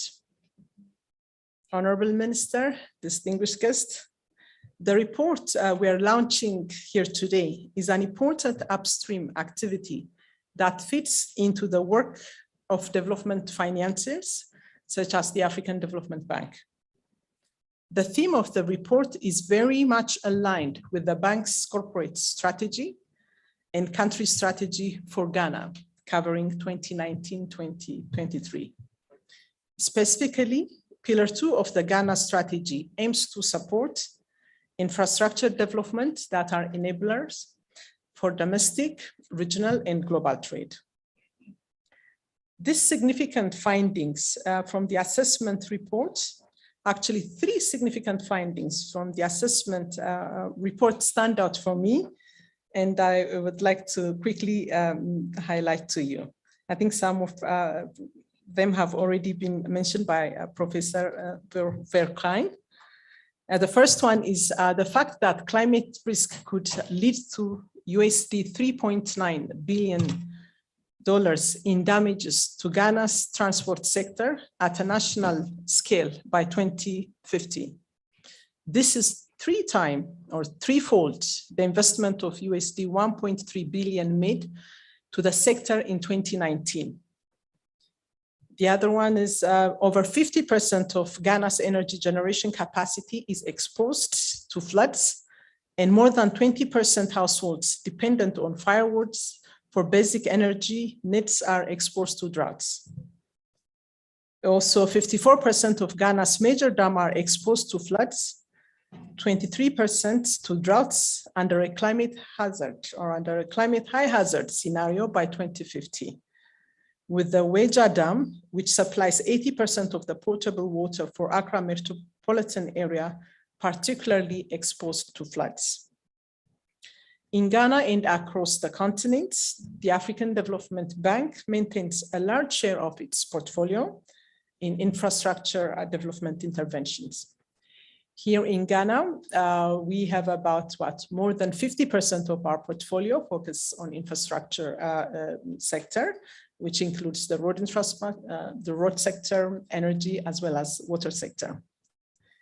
To sustain the development impact of these investments, our approach must continue to reflect measures to enhance climate resilience, especially in energy and transportation infrastructure investments. In our efforts to mitigate the impact of climate change in Africa, the African Development Bank and Global Center on Adaptation have joined forces to launch the Africa Adaptation Acceleration Program, as it has been mentioned, the AAAP, as the implementation vehicles to realize the vision of the African Adaptation Initiative. This African Union-backed program aims to mobilize $25 billion to accelerate and scale adaptation action on the African continent. Under the Africa Adaptation Acceleration Program, partnership, and within the context of the reports we are launching today, the African Development Bank and GCA are taking concrete actions as follows. First, drawing on the study findings, technical assistance is being provided to GCA to the Ghana Scaling Renewable Program, CREP. Recently, we have approved the African Development Bank Group and the solar mini grid project where the Deputy Minister was mentioning. This is actually a mini grid project about 70 million US dollar. From the African Development Grant, we are providing $27 million. From SREP, about 28 million US dollar. And from government of Switzerland or Swiss Development Corporation, about 14 million US dollar.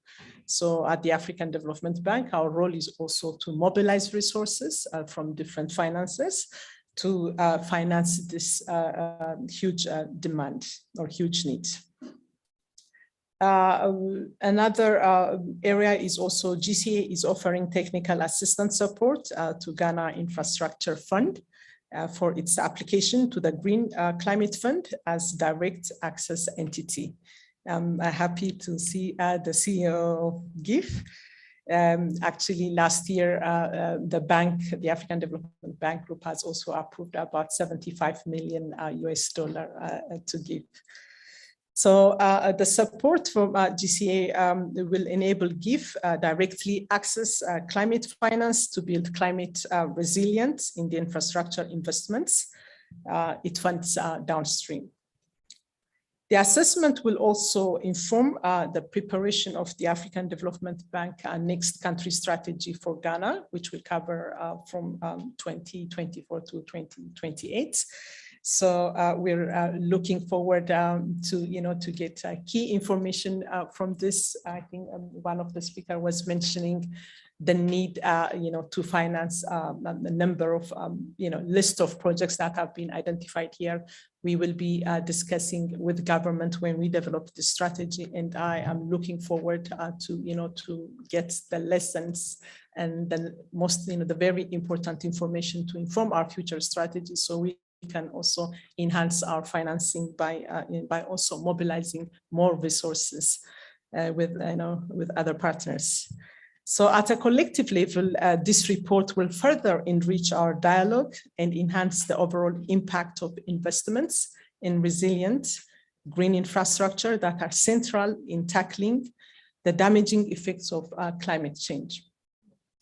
Let me end by commending the government of Ghana for the leadership they have provided throughout this assessment, and emphasizing the African Development Bank Group commitment to continue supporting the country's resilience investment agenda. As countries begin to recover from the impact of COVID-19, we have a very unique opportunity to build back better, smarter, and cleaner. Thank you very much.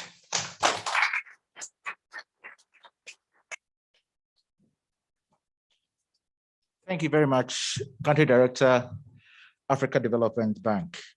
They've already looking at technical assistance, mobilizing resources, and incorporating some of this into directions for their country development strategy. Very, very useful. Like I mentioned earlier, we have a few people who are also joining online. We have online Rabina Karuna from the FCDO. FCDO stands for the Foreign, Commonwealth and Development Office of the United Kingdom. And we also have Inya Stoko, the Country Director for UNFCD, also online. I nearly forgot, but Sankofa Yenchi. Present here is also the advisor to the Minister of Environment, Science, Technology, and Innovation, Mr. Oliver Boache. We recognize his presence. Next to speak to us is the representative of the World Bank, Lorenzo Carrero, please. Let us welcome with a hand clap. Thank you.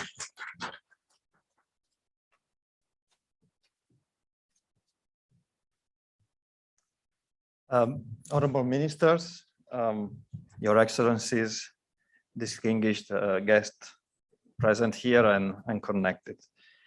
I'm giving these remarks on behalf of our country director, Pierre Laporte, who was here but had to leave for an urgent meeting.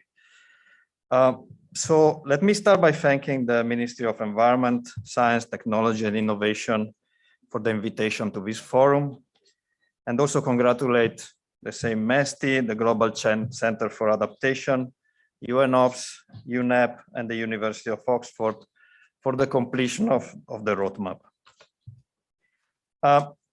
This is an important milestone for the effort to mitigate the impacts of climate change on the Ghana infrastructure systems. We have seen that the assessment rightly focuses on fundamental systems for growth and development in Ghana, which is the energy, the transport, and the water. It also reflects, and we have seen today, extensive country consultations with the government. So the recommendation in the roadmap will be highly relevant. It will be very strategic for enhancing the resilience of Ghana's infrastructure, to continue to support growth and equal access to basic services.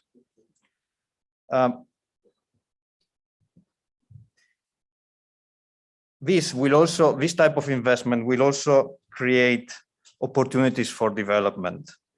and they might enable the needed private capital, foreign direct investments, which will be key to finance the roadmap, given the massive need for investment. So as you might be aware, building climate resilience and climate change is at the core of the World Bank Group mission. And we see it strategic to reduce poverty and foster shared prosperity.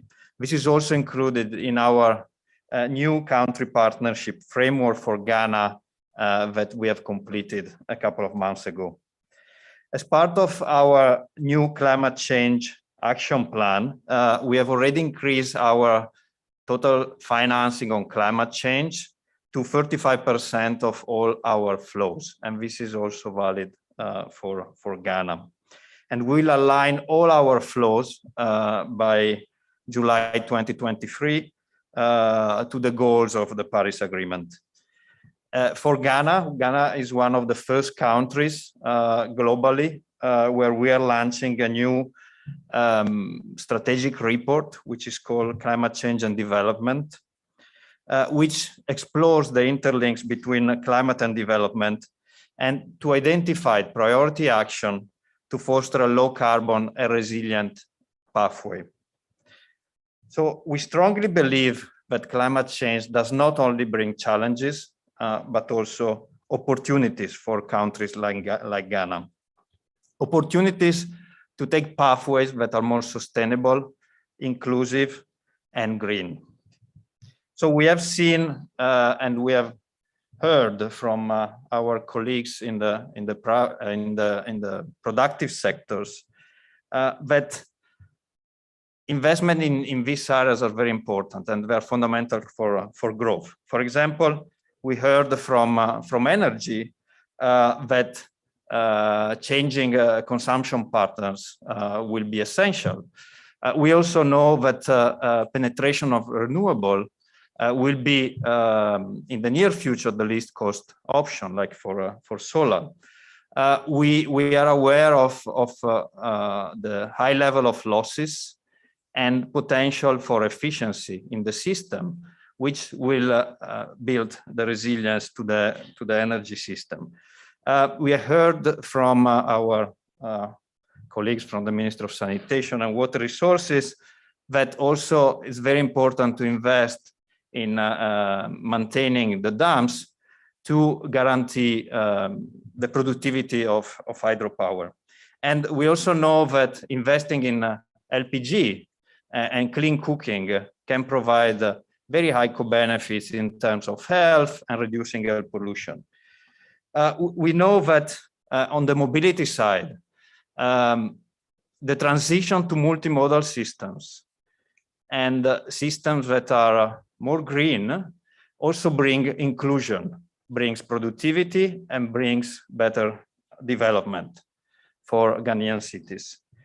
Electric vehicles, electric buses is an opportunity, maybe on the short, medium term, we don't know, but it's a transition, it's a global transition, and Ghana does not want to lose this train. And I'm referring also to the railway sector. And we didn't talk about the waste sector. In the waste sector also, there are huge opportunities to build resilience and also decrease air pollution and greenhouse gases. And obviously we heard about climate smart agriculture, how we can bring productivity, better environmental management, and benefits and development in rural communities. Forestry, Ghana has committed to zero deforestation, is a very important commitment, and this will really support the development of rural communities. So at the World Bank, we really see this connection between development and climate change. So adaptation is not only a cost, but really brings benefits.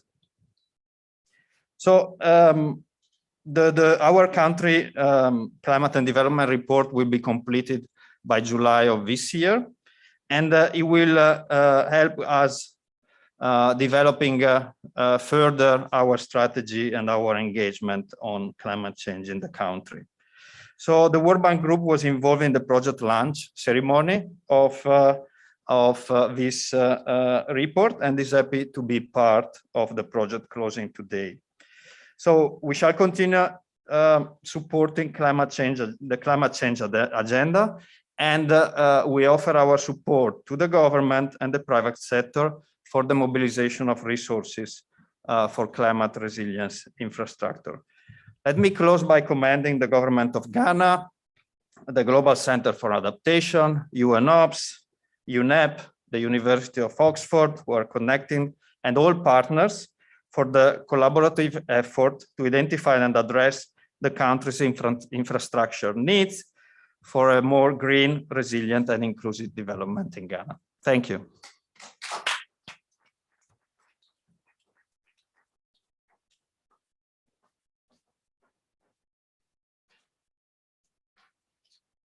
Oh, please, let's do better for Lorenzo.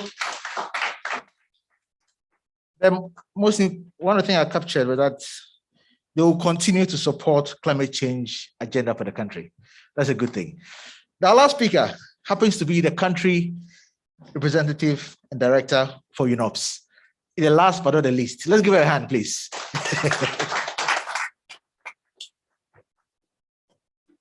Honorable Minister, distinguished guests, colleagues, member of the media, other protocols observed.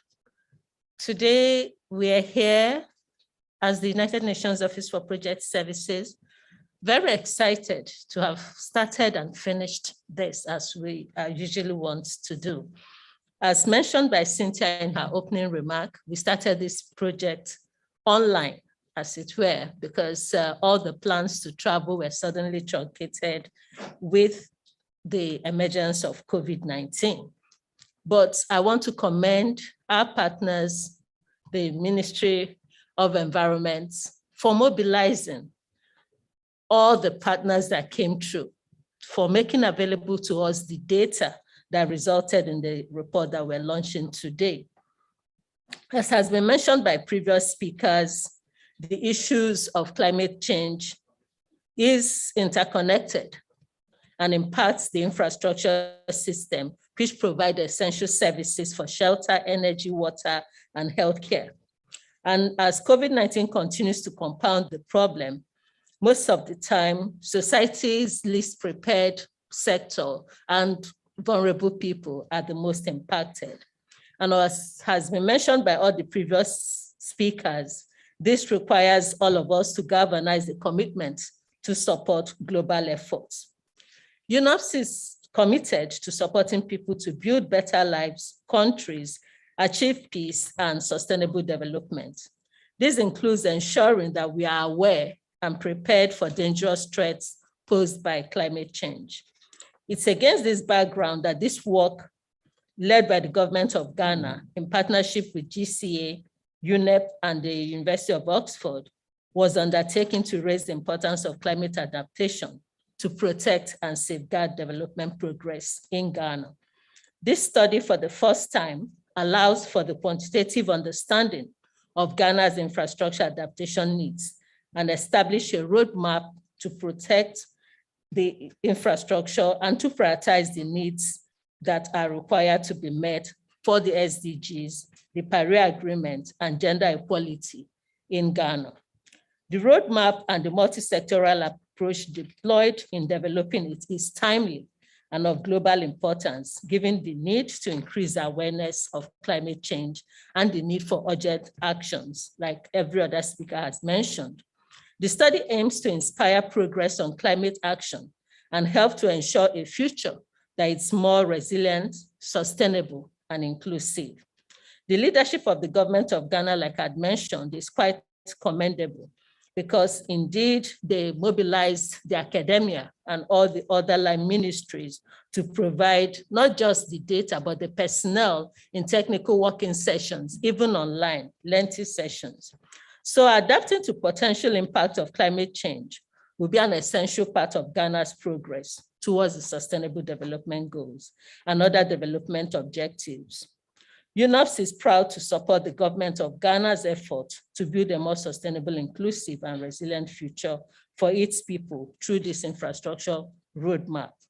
As the UN organization explicitly mandated for infrastructure, UNOPS is committed to supporting climate action and tackling the climate emergency. UNOPS works to help countries, like I've said, achieve this vision. I was happy to hear the Deputy Minister of Energy talk about solar. In Sierra Leone, where we cover from here also, we've helped the government of Sierra Leone to build over 97 mini grids in rural shift dumps there, and also developing more projects with development partners there to ensure they're looking at now universal access of energy to energy in Sierra Leone using mini grids. And I hope that we'll be able to support that going forward here in Ghana. I want to thank all our partners, the University of Oxford, who did quite a bit of the heavy lifting on this, but the colleagues at MESTI, Peter and the rest, who collaborated and coordinated this work. It's on their behalf that I'm now going to present this report to Patrick to hand over to the minister. Thank you so much.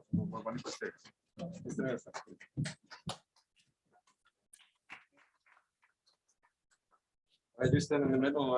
We take that podium on the side. Exactly. All three of us hold it.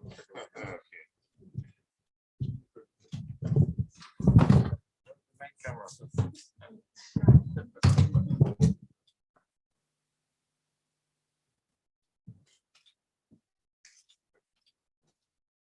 Maybe we also can have colleagues joining this. We have more reports, so if everybody holds the report.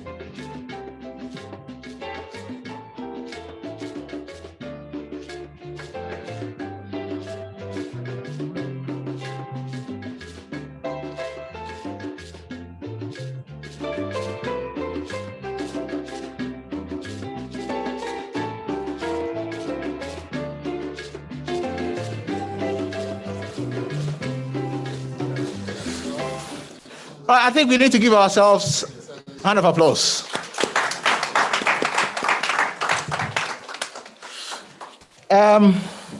So the launch of the research project has been done.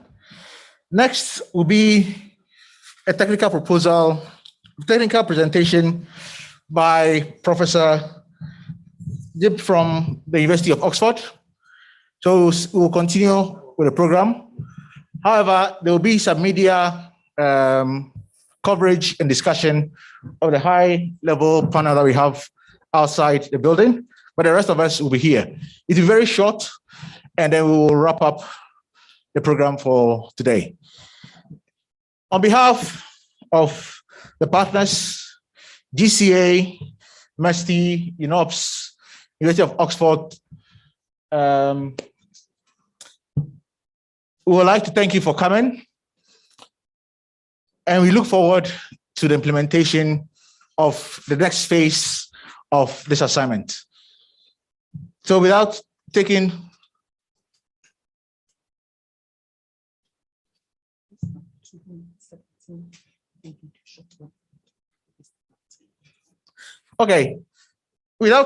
too much of the time, we would like to be upstanding whilst we do a transition from the media discussions with high-level persons here, and then we will have a technical presentation from the University of Oxford for the rest of the team going forward. So shall we be please upstanding? There's a video that is there to be played whilst we do the transition. It is just what we call a call for action on climate change. So let's enjoy the video whilst we do the transition between the media engagement and the presentation from the University of Oxford. Thank you. Globally, nations are witnessing the impact of climate change. There is already strong evidence of the direct manifestations of climate change in Ghana. In collaboration with our partners, yes, the media engagement is just between the minister and the CEO of the Global Center for Adaptation. Energy sector. Please join the team and let's enjoy the video. You can please have your seat. Please have your seat. Thank you. That threaten major components of the generation and transmission system. Let's enjoy the video. While within the water sector, an increase in drought will reduce river runoff. Globally, nations are witnessing the impact of climate change. There is already strong evidence of the direct manifestations of climate change in Ghana. In collaboration with our partners, the geospatial risk analysis provided key insights on the energy, water, and transport sectors. Within Ghana's energy sector, the main climate risks to service delivery are exposure to drought and flooding that threaten major components of the generation and transmission system. While within the water sector, an increase in drought will reduce river runoff, affecting up to 1.3 million people across the country. Within the transport sector, key institutional gaps that emerge include inadequate integration of climate risk into feasibility studies and designs. In response to these climate risks, 35 adaptation options have been identified and prioritized based on their ability for addressing the identified risks. The government's prioritized needs, their ability to provide co-benefits that contribute to broader sustainable development objectives, including SDG targets, the NDCs, and gender equality outcomes. Some solutions include greening and tree planting around the river bank, construction of a seawall barrier, implementation of specific water harvesting measures to capture rainfall or divert high flows. As part of the sustainability focus by way of scaling up the current work, a training workshop on infrastructure resilience concepts and tools was held in August 2021. The key objective of the training was to equip participants with the relevant knowledge and ability to use the tools to further build on the current work and mainstream resilience in future infrastructure development. The next step is to implement the 35 prioritized climate adaptation and resilience project concepts. So come, let's build a resilient Ghana together.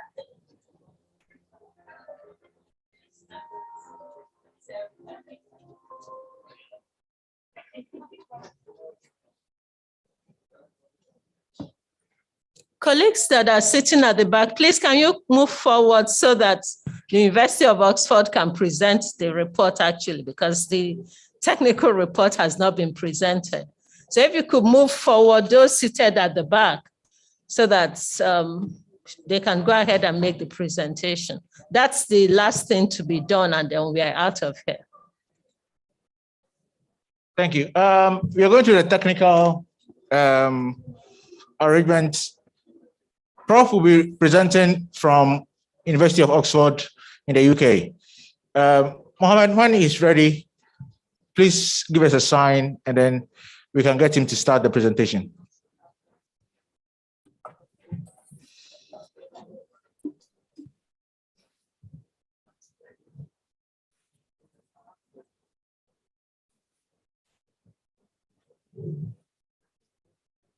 Okay, Prof.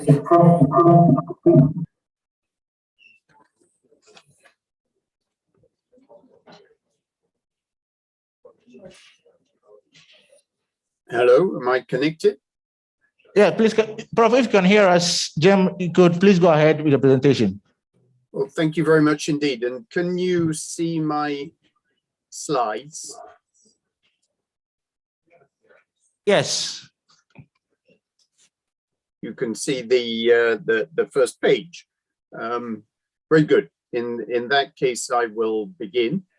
And it's a great pleasure and an honor, excellencies, honorable guests, ladies and gentlemen, to be with you and to be able to provide a very brief technical overview of the contents of this report that is being launched today. I'm very sorry I'm not able to be with you in person and to actually touch this printed report. I've only seen a PDF version of it. But it's a great pleasure to see the report being launched today by so many distinguished guests. The question we were asking ourselves in analyzing this roadmap for resilient infrastructure in Ghana is how to plan infrastructure investments and policies that meet people's needs, contribute to the SDGs, and are resilient in a changing climate. And in answering that question, this has been a very deep collaboration. It's been led by MESTI, and it involves my group within the Environmental Change Institute in the University of Oxford, and all of the partners who you've heard from already, the Global Center on Adaptation, UNOPS, and UN Environment. And adaptation is a question which involves linking up across many different aspects of government. It's a difficult coordination problem because it touches on practically every aspect of society and the economy and the environment. But thanks to the coordination of MESTI and the technical working group and the management of UNOPS, we were able to consult very widely in order to put together this roadmap for resilient infrastructure. The process we went through began with collecting data, and the importance of having good data, geospatial data, has already been emphasized. We needed data on the built environment, the natural environment, and the people and institutions that make up the enabling environment for infrastructure delivery. And that provided a baseline for what the climate risks are now, what the infrastructure needs are now, and what the institutional context is. In part two, we then consulted very broadly in order to understand what the options are for resilient infrastructure provision and what the priorities are. And in part three, we then began to take those priorities and create an infrastructure investment pipeline and match those investment needs to possible sources of funding and finance. So skipping through each part of that, in part one, a large amount of geographical data was assembled, and that's really important for understanding the location of climate-related risks, how that might impact upon infrastructure, and what the priorities are. And then also there was the analysis of institutional areas across the project life cycle, project planning, preparation, design, and so on, to identify what areas within that project's life cycle needed to be strengthened. The climate hazard data took the best available data on flooding, landslides, droughts in Ghana. There's a need, to be honest, for better data, and that's one of the messages which comes out of the study, is the need for more science in terms of where climate will hit in Ghana in the future. But taking the best data that exists, we intersected that with energy assets, 29 power plants, 76 substations, wood and fuel collection areas across 216 districts to look at where the energy sector is most exposed to climate change. We also looked at the water sector, both flood hazards to water infrastructure and drought hazards to water supplies, looking at 24 dams and surface water abstraction in 216 districts. And we looked at 137,000 kilometers of roads, 9 airports, 18 ports, to understand their vulnerability to a changing climate as well. The analysis also looked at the crucial question of social vulnerability, and in particular looked at how people, especially women, need infrastructure in order to access social services like hospitals and healthcare, and also reliance upon wood fuels and as an energy source, which is increasingly threatened by drought hazards. Putting all of that together, we created these maps and summary scorecards of what adaptation needs are across Ghana. The next step was to look at the enabling environment. So across energy, water, transport, how is a project being delivered, operated and maintained? So what are the needs to strengthen that? We then moved on to part 2 of the project, which was creation of the adaptation roadmap that you have in front of you. So what are the options? Engineered options like seawalls, asset strengthening, but also nature-based solutions. So in what way can nature be conserved or restored in order to contribute to adaptation? And then also what enhancements are possible within institutions and the enabling environment. And on the basis of that, the roadmap was created, which contained 35 different projects, each one described according to one of these summary data sheets, saying why it was needed, how it might contribute to adaptation and to the sustainable development goals more broadly. The final part of the project looked at mapping each of those 35 projects in the pipeline onto potential sources of finance. This used the Sustainable Infrastructure Finance tool, which was developed by UNOPS in collaboration with the University of Oxford, which looks at the financing criteria and the goals of a large number of possible sources of project finance.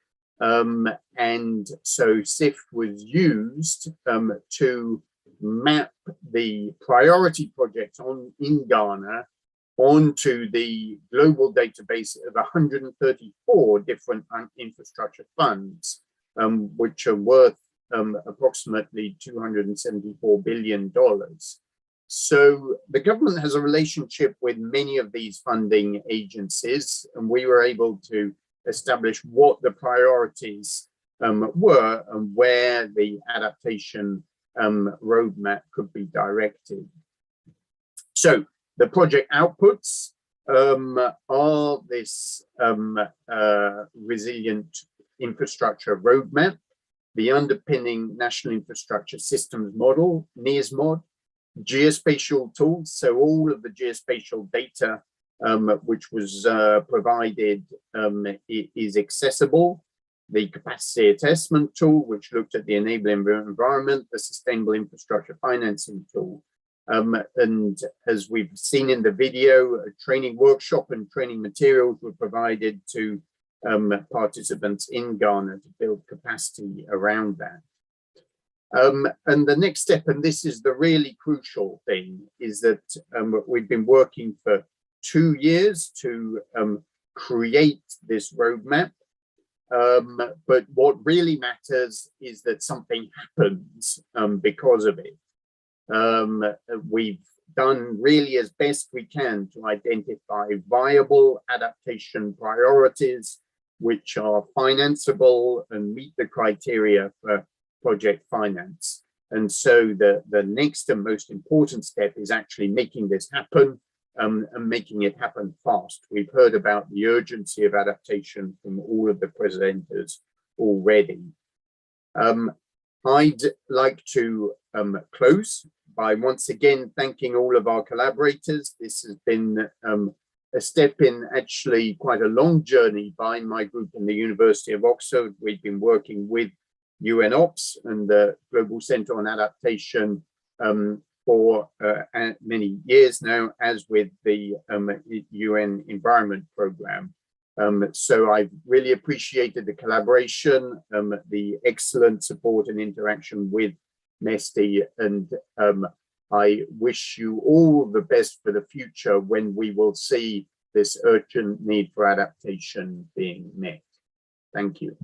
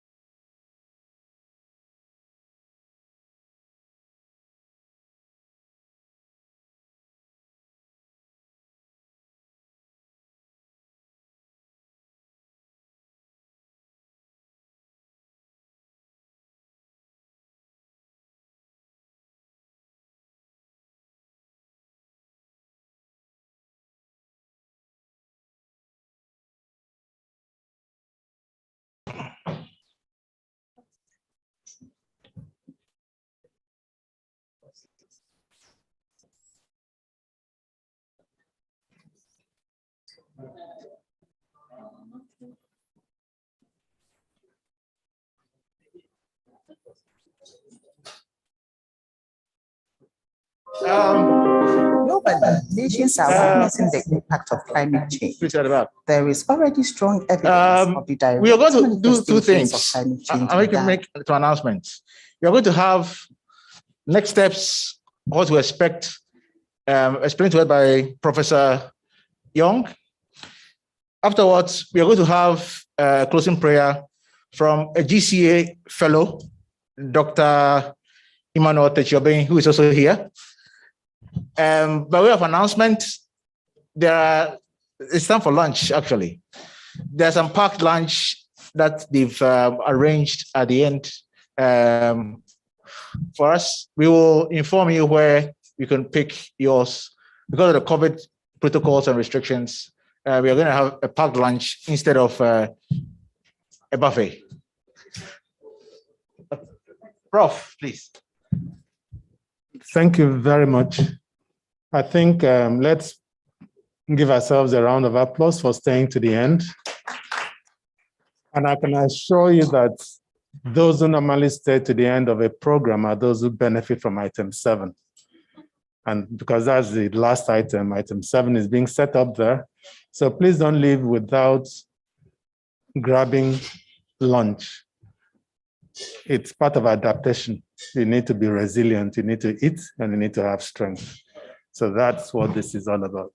So thank you very much. And the next step, like we've said, this is the close of a phase and the commencement of another phase. This, what we've done with UNOPS and our teams, have been to lay out what the vulnerabilities are and provide solutions, which rhymes with what the Global Center on Adaptation does. We are a solutions broker. So a list of 35 potential investments have been identified. And like every of our speaker has said, particularly from the African Development Bank, we want to take on these investments and then bring them to life. So we are going to call people together and ensure that every recommendations made in this roadmap is actually going to be implemented. When I came here, when was that the last time I came? The Minister of MESTI actually asked me, I hope you are not just coming to give us a report. And I said, no, sir. we're not just giving you a report, we want to give you an implementation plan and back it up with the downstream investments. So that's our next step, that we will collectively seek out the investors that will implement these programs and seek out other development partners that will work with us to ensure that this is not just a report for the shelf. So this begins the next phase of mobilization of resources.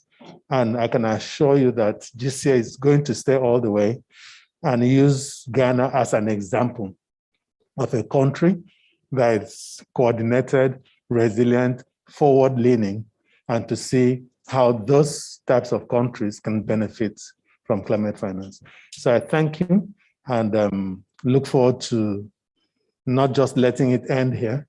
Let's have conversations, be a part of this program. Pick up the report 6 months from now. I wanted to say, call me, but I said, no, I think UNOPS is here. Call us and say, look, it's been a year. We were there when you launched this report. What have you done? What has happened? Hold us accountable. And I think we will try to deliver. So thank you very much, everyone, and have a good lunch. Have a good day. Thank you. Thank you very much. For information, Prof. Anthony Young is the Senior Director, Africa Region for the GCA. There's been a slight change of plan, which is equally good. There's opportunity to interact and be able to make very useful contacts from here. So they are actually arranging a stage where we could actually pick up our food and then have some level of interaction instead of just a packed lunch, and then we can run off. So let's give them a few minutes. But whilst we do that, I must acknowledge the fact that you have been very supportive toward the process, and we are very grateful for this support. Like had been indicated earlier by Prof, we intend having an actionable program based on the work that has been done. We would like to call on Dr. Techobing to give us a closing prayer, and then that will be it for the day. Thank you. Raise my hand, please.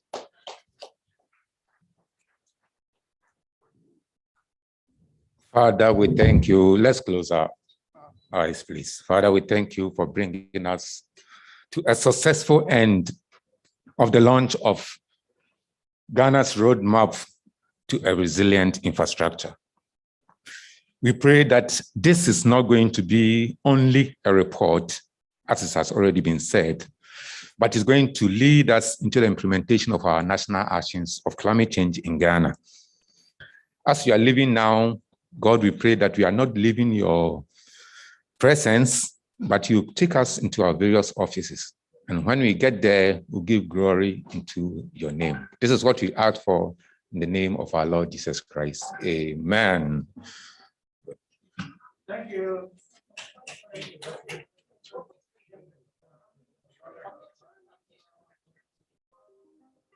Globally, nations are witnessing the impact of climate change. There is already strong evidence of the direct manifestations of climate change in Ghana. In collaboration with our partners, the Geospatial Risk Analysis provided key insights on the energy, water, and transport sectors. Within Ghana's energy sector, the main climate risks to service delivery are exposure to drought and flooding that threaten major components of the generation and transmission system. While within the water sector, an increase in drought will reduce river runoff, affecting up to 1.3 million people across the country. Within the transport sector, key institutional gaps that emerge include inadequate integration of climate risk into feasibility studies and designs. In response to these climate risks, 35 adaptation options have been identified and prioritized based on their ability for addressing the identified risks, the government's prioritized needs, their ability to provide co-benefits that contribute to broader sustainable development objectives, including SDG targets, the NDCs, and gender equality outcomes. Some solutions include greening and tree planting around the riverbank, construction of a seawall barrier, implementation of specific water harvesting measures to capture rainfall or divert high flows. As part of the sustainability focus by way of scaling up the current work, a training workshop on infrastructure resilience concepts and tools was held in August 2021. The key objective of the training was to equip participants with the relevant knowledge and ability to use the tools to further build on the current work and mainstream resilience in future infrastructure development. The next step is to implement the 35 prioritized climate adaptation and resilience project concepts. So come, let's build a resilient Ghana together.